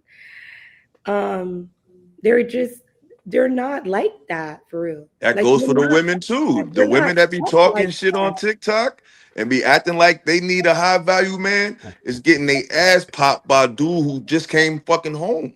So it's bullshitters on both sides. Like a basketball. Like that's all I'm saying. Like I just be like, I don't know. And I guess like this is also the first time where, you know, y'all are coming from the perspective that I'm usually coming from, which is like I'm just speaking for the other side of like what I hear, right? Because that's usually like my plight, where I'm coming from like, oh, like that's not an issue that I personally have, but I'm just saying what is majority of the population that I see on social media having these conversations. And that's why I'm just coming from a place of like, these men not standing on business. They're not out here being like, oh yeah, whatever because like, even when you said like, oh yeah, I used to be grandpa giving the whole check to they're still doing that. That's what's still going on. Yeah. He still doesn't know his primary because y'all scared them. He still don't into know defying y'all. A lot of men are scared. Homeroom teacher, like he still don't know. Like the girls still got like a lot of the control. So I when I started feeling like I was hearing like it started coming off as like the sentiment was like majority of men is like. But this the thing though, y'all don't want the majority. Numbers show that most women are dealing with a minority. Y'all just like to talk about the majority to make a point. But you're not dealing with the majority. Most women are dealing with that minority that don't really want to hear that shit they be talking about. But they'll uplift the guy that will listen to him to make a point. But behind the scenes, y'all want the same guys. Y'all don't want the guys that listen to y'all. Y'all want the guys that is like, yo, whatever. In real life. What numbers? What are these numbers? And I'm not saying that you're wrong. I truly don't know. Like I'm trying to figure out. All men up here know that most masculine men who don't care about how she feels in the most when it comes to making a decision is a small group. She just said most men are not like I'm that. saying, where are you getting these numbers from? Oh, he's using his common sense to say, all right, niggas like real dope is fucking all the bitches. And the other niggas ain't getting none of it. He ain't stand you. It's common sense. That's what's going on. Man, I guess. I guess, but I'm just saying that women are dealing with a small group of men But They how do just we use the know? majority. I mean, How? life shows you that. Most women, it's only a No, I small. need you say the Okay, numbers say. okay. So boom, when they talk, You remember? when they do polls on single mothers and pregnancy, most women are getting pregnant from a small group of men. It's not the majority of men, and a lot of those men have felonies. That doesn't mean black women love thugs. I'm not trying to say that, but I'm just saying most women are most women are dealing with a smaller group of men. Most men are single and don't have children. So the group of men that's having children are having children with most of the women who have children. That's a Most fact. So most men are not single with no kids. real quick. So you remember Black when men the are. Most you remember when black men are don't have children. you remember when the T app came out? During that time, what they found was the T app. I don't know if you saw the leak, Bo, but when it came out, they found that a lot of women was messing with the same men, and The same dudes. as they discussed them, it was the same ones, and some of them was like, well, he must have some good, you know what I mean, for all these women to be going crazy and acting this way. And if you remove it from offline and you think about like, so I'm in Chicago. When I go to LA, the niggas that I hang out with do the same thing as the niggas in Chicago would do. It's a group of men that know almost all the beautiful women in the city and just be out and about with them. I say it like that. And each location has a group of men like that. So Look how women respond to celebrities. They all know Chris Brown not choosing one of them. Do that stops them from being one of the chosen few? Because when you lit, women change the rules for you. They just want to be around that energy. They don't care if you got another girl. They don't care. They just want to say, I was with Chris Brown. They only apply these stipulations when you're not at that level of notoriety. Not all women, but a lot of them. So in Bougie, I got seeing a that question. in real life, you can surmise that most women are dealing with a smaller group of men, and most men are not dealing with any women. Bougie, I got a question for you and Bo. All right. I don't know what's happening y'all deal. Y'all gonna have to tell me, right? Now, do the men that you deal with, are they like guys who really can't get out here and get women, or do they get bitches? So your question The guys who is he the deal with type of is man that gets bitches or that he gets command a blown lot out? of women. A lot of women is coming to them, or they they got it like that. Yeah. Yeah. How about you, Bo? Do you date the men that you normally are attracted to or used to be attracted to? Are those men who typically get a lot of women, or they have those options at least? A lot. I wouldn't say a lot. No. But do they And have you the probably options? don't Do like they none of them just for that. have access to a lot of women, not necessarily Yeah, capitalizing? do they have I don't know. I can't. I don't know who men have Okay, access. so you're playing. Okay, she's gonna play them. All right. Well, we'll No, go. I'm not. Okay, so to be fair, I typically do not go after men that a lot of women like. Because I don't like that. I don't like when women are like drawn to this guy. I just don't like that. If I'm with somebody that It's don't not nobody attractive else to want, I me. feel like something is wrong with them. Say that again. If I'm with if I were to be with somebody that nobody else wanted, I would feel like something is wrong with them. But I feel like that's what everybody thinks. Thank you. Now, I don't think men are like that. I think y'all are like that. I don't think we Okay. like I that. mean, I can accept that because I don't know, but I think that that's like I a don't want to normal go everybody thing like. to like because it's the equivalent of that's I look at it like this I guess in girl world, that is what our equivalent to what y'all say a high value man is like, what do you like? Because it's like a running I joke believe you. I that know this the women truth. have where women are like, if don't nobody want him, then I must be the only stupid bitch that sees something in this man.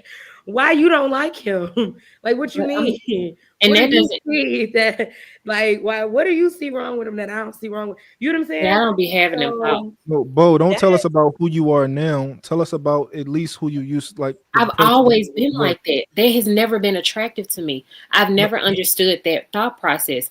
I don't want a man that everybody want, and I don't care what you think about who I like either.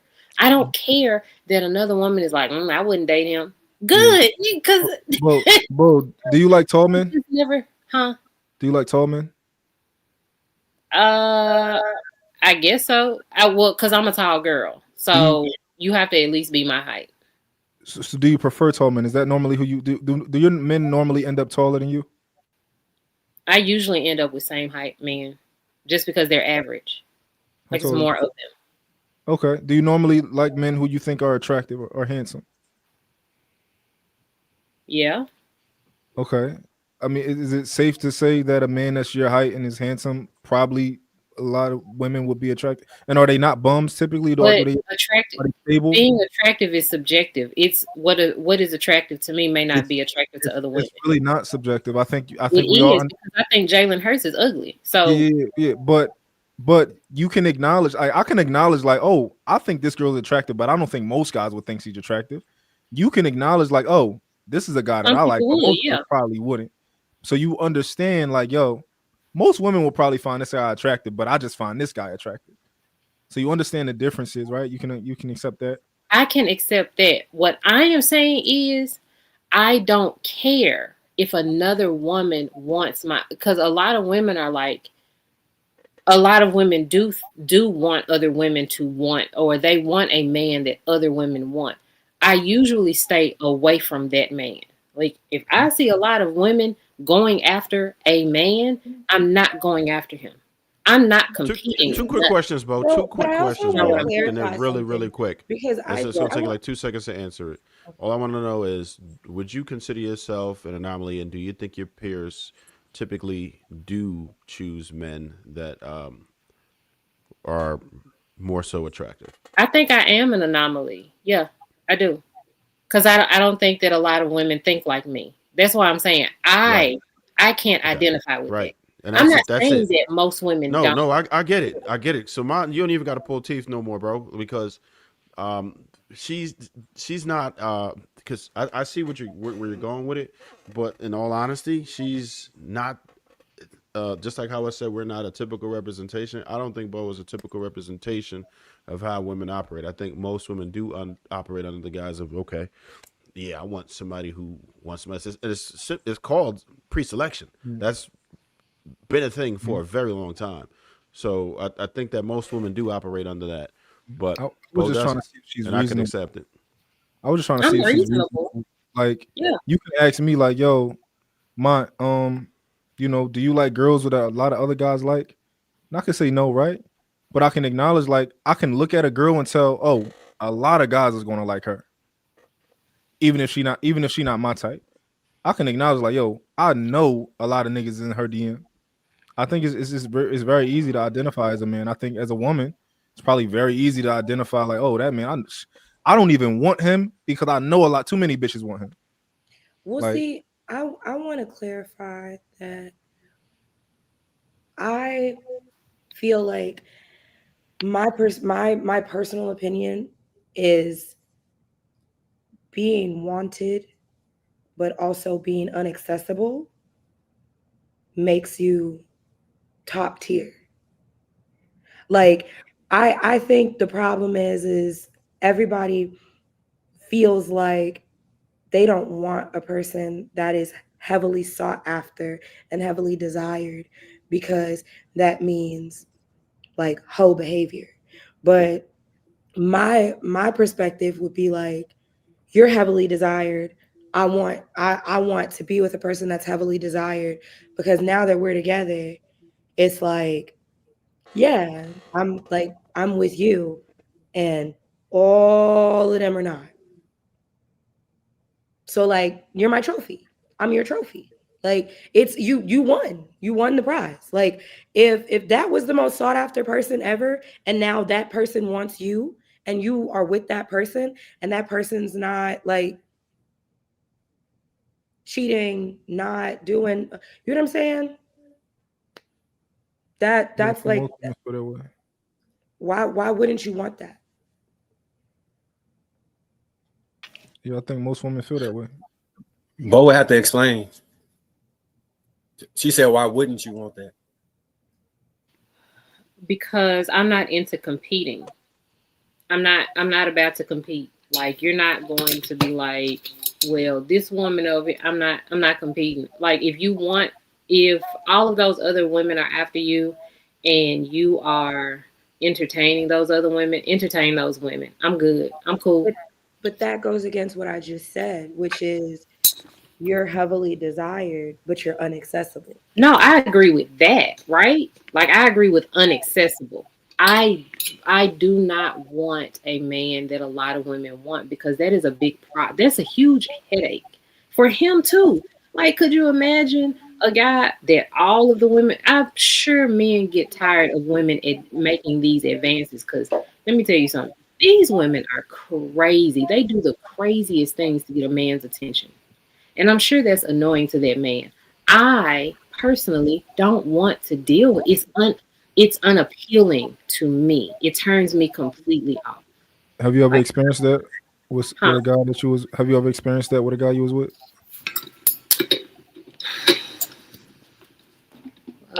One guy, yeah. And I didn't like that at all.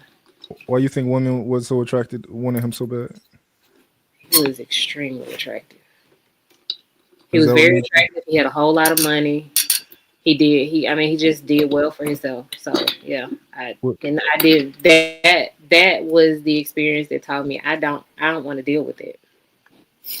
What made you and him get together? Like, what made you give him an opportunity, or what made y'all get together? Like, what did you like about him?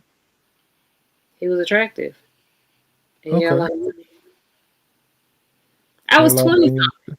That's all that matters when you're 20 something. That's what I was asking you earlier when you was younger. Like, what was your, you know? But maybe you learned early. Maybe you learned early. Yeah. Oh, he attractive. He got money. That ain't for me. Yeah. There's been plenty of women who will tell you that they could look at you and be like, you get a lot of, like, you got hoes. That's what they say. I'm not fucking with you. You got hoes. But they still be fucking with you eventually. They say that, but they should. I'm going to get to these super chats. Marcus Evan, $5 says hello to some other good people on the panel. Correct me if I'm wrong, but did feminism came from white supremacy? Marcus again, $5 says question for the fellas. Are women of today great followers? Mott, also on the panel, $4.99, mistaken. And that's because you asking the wrong niggas. You got to ask me. Mott again, $1.99. Don't take it too literal. Don't take it too literal, Bo. Mine again with the $1.99. Don't listen to women leadership. Hear their point of view. The King Investor $4.99. Adam only mistake was he listened to Eve. Men should not take guidance from 99% of women. Bruno with the $3 super sticker, also a member. Mine again with the $1.99 says Shan being a bad girl. Jack and Rice $5 says, see what you're saying, dope, but the red pill doesn't have institutional power. So outside of posing rhetoric, this comparison falls flat. Brano, also a member again with the 99-cent super sticker. And Brano again, also a member, $2 with the super sticker. I want to thank everybody that's contributed to the platforms. Make sure we support everybody on the panel. Thank you guys for tuning in to another excellent show. Y'all enjoy y'all weekend. Catch us on the next stream, and we are out.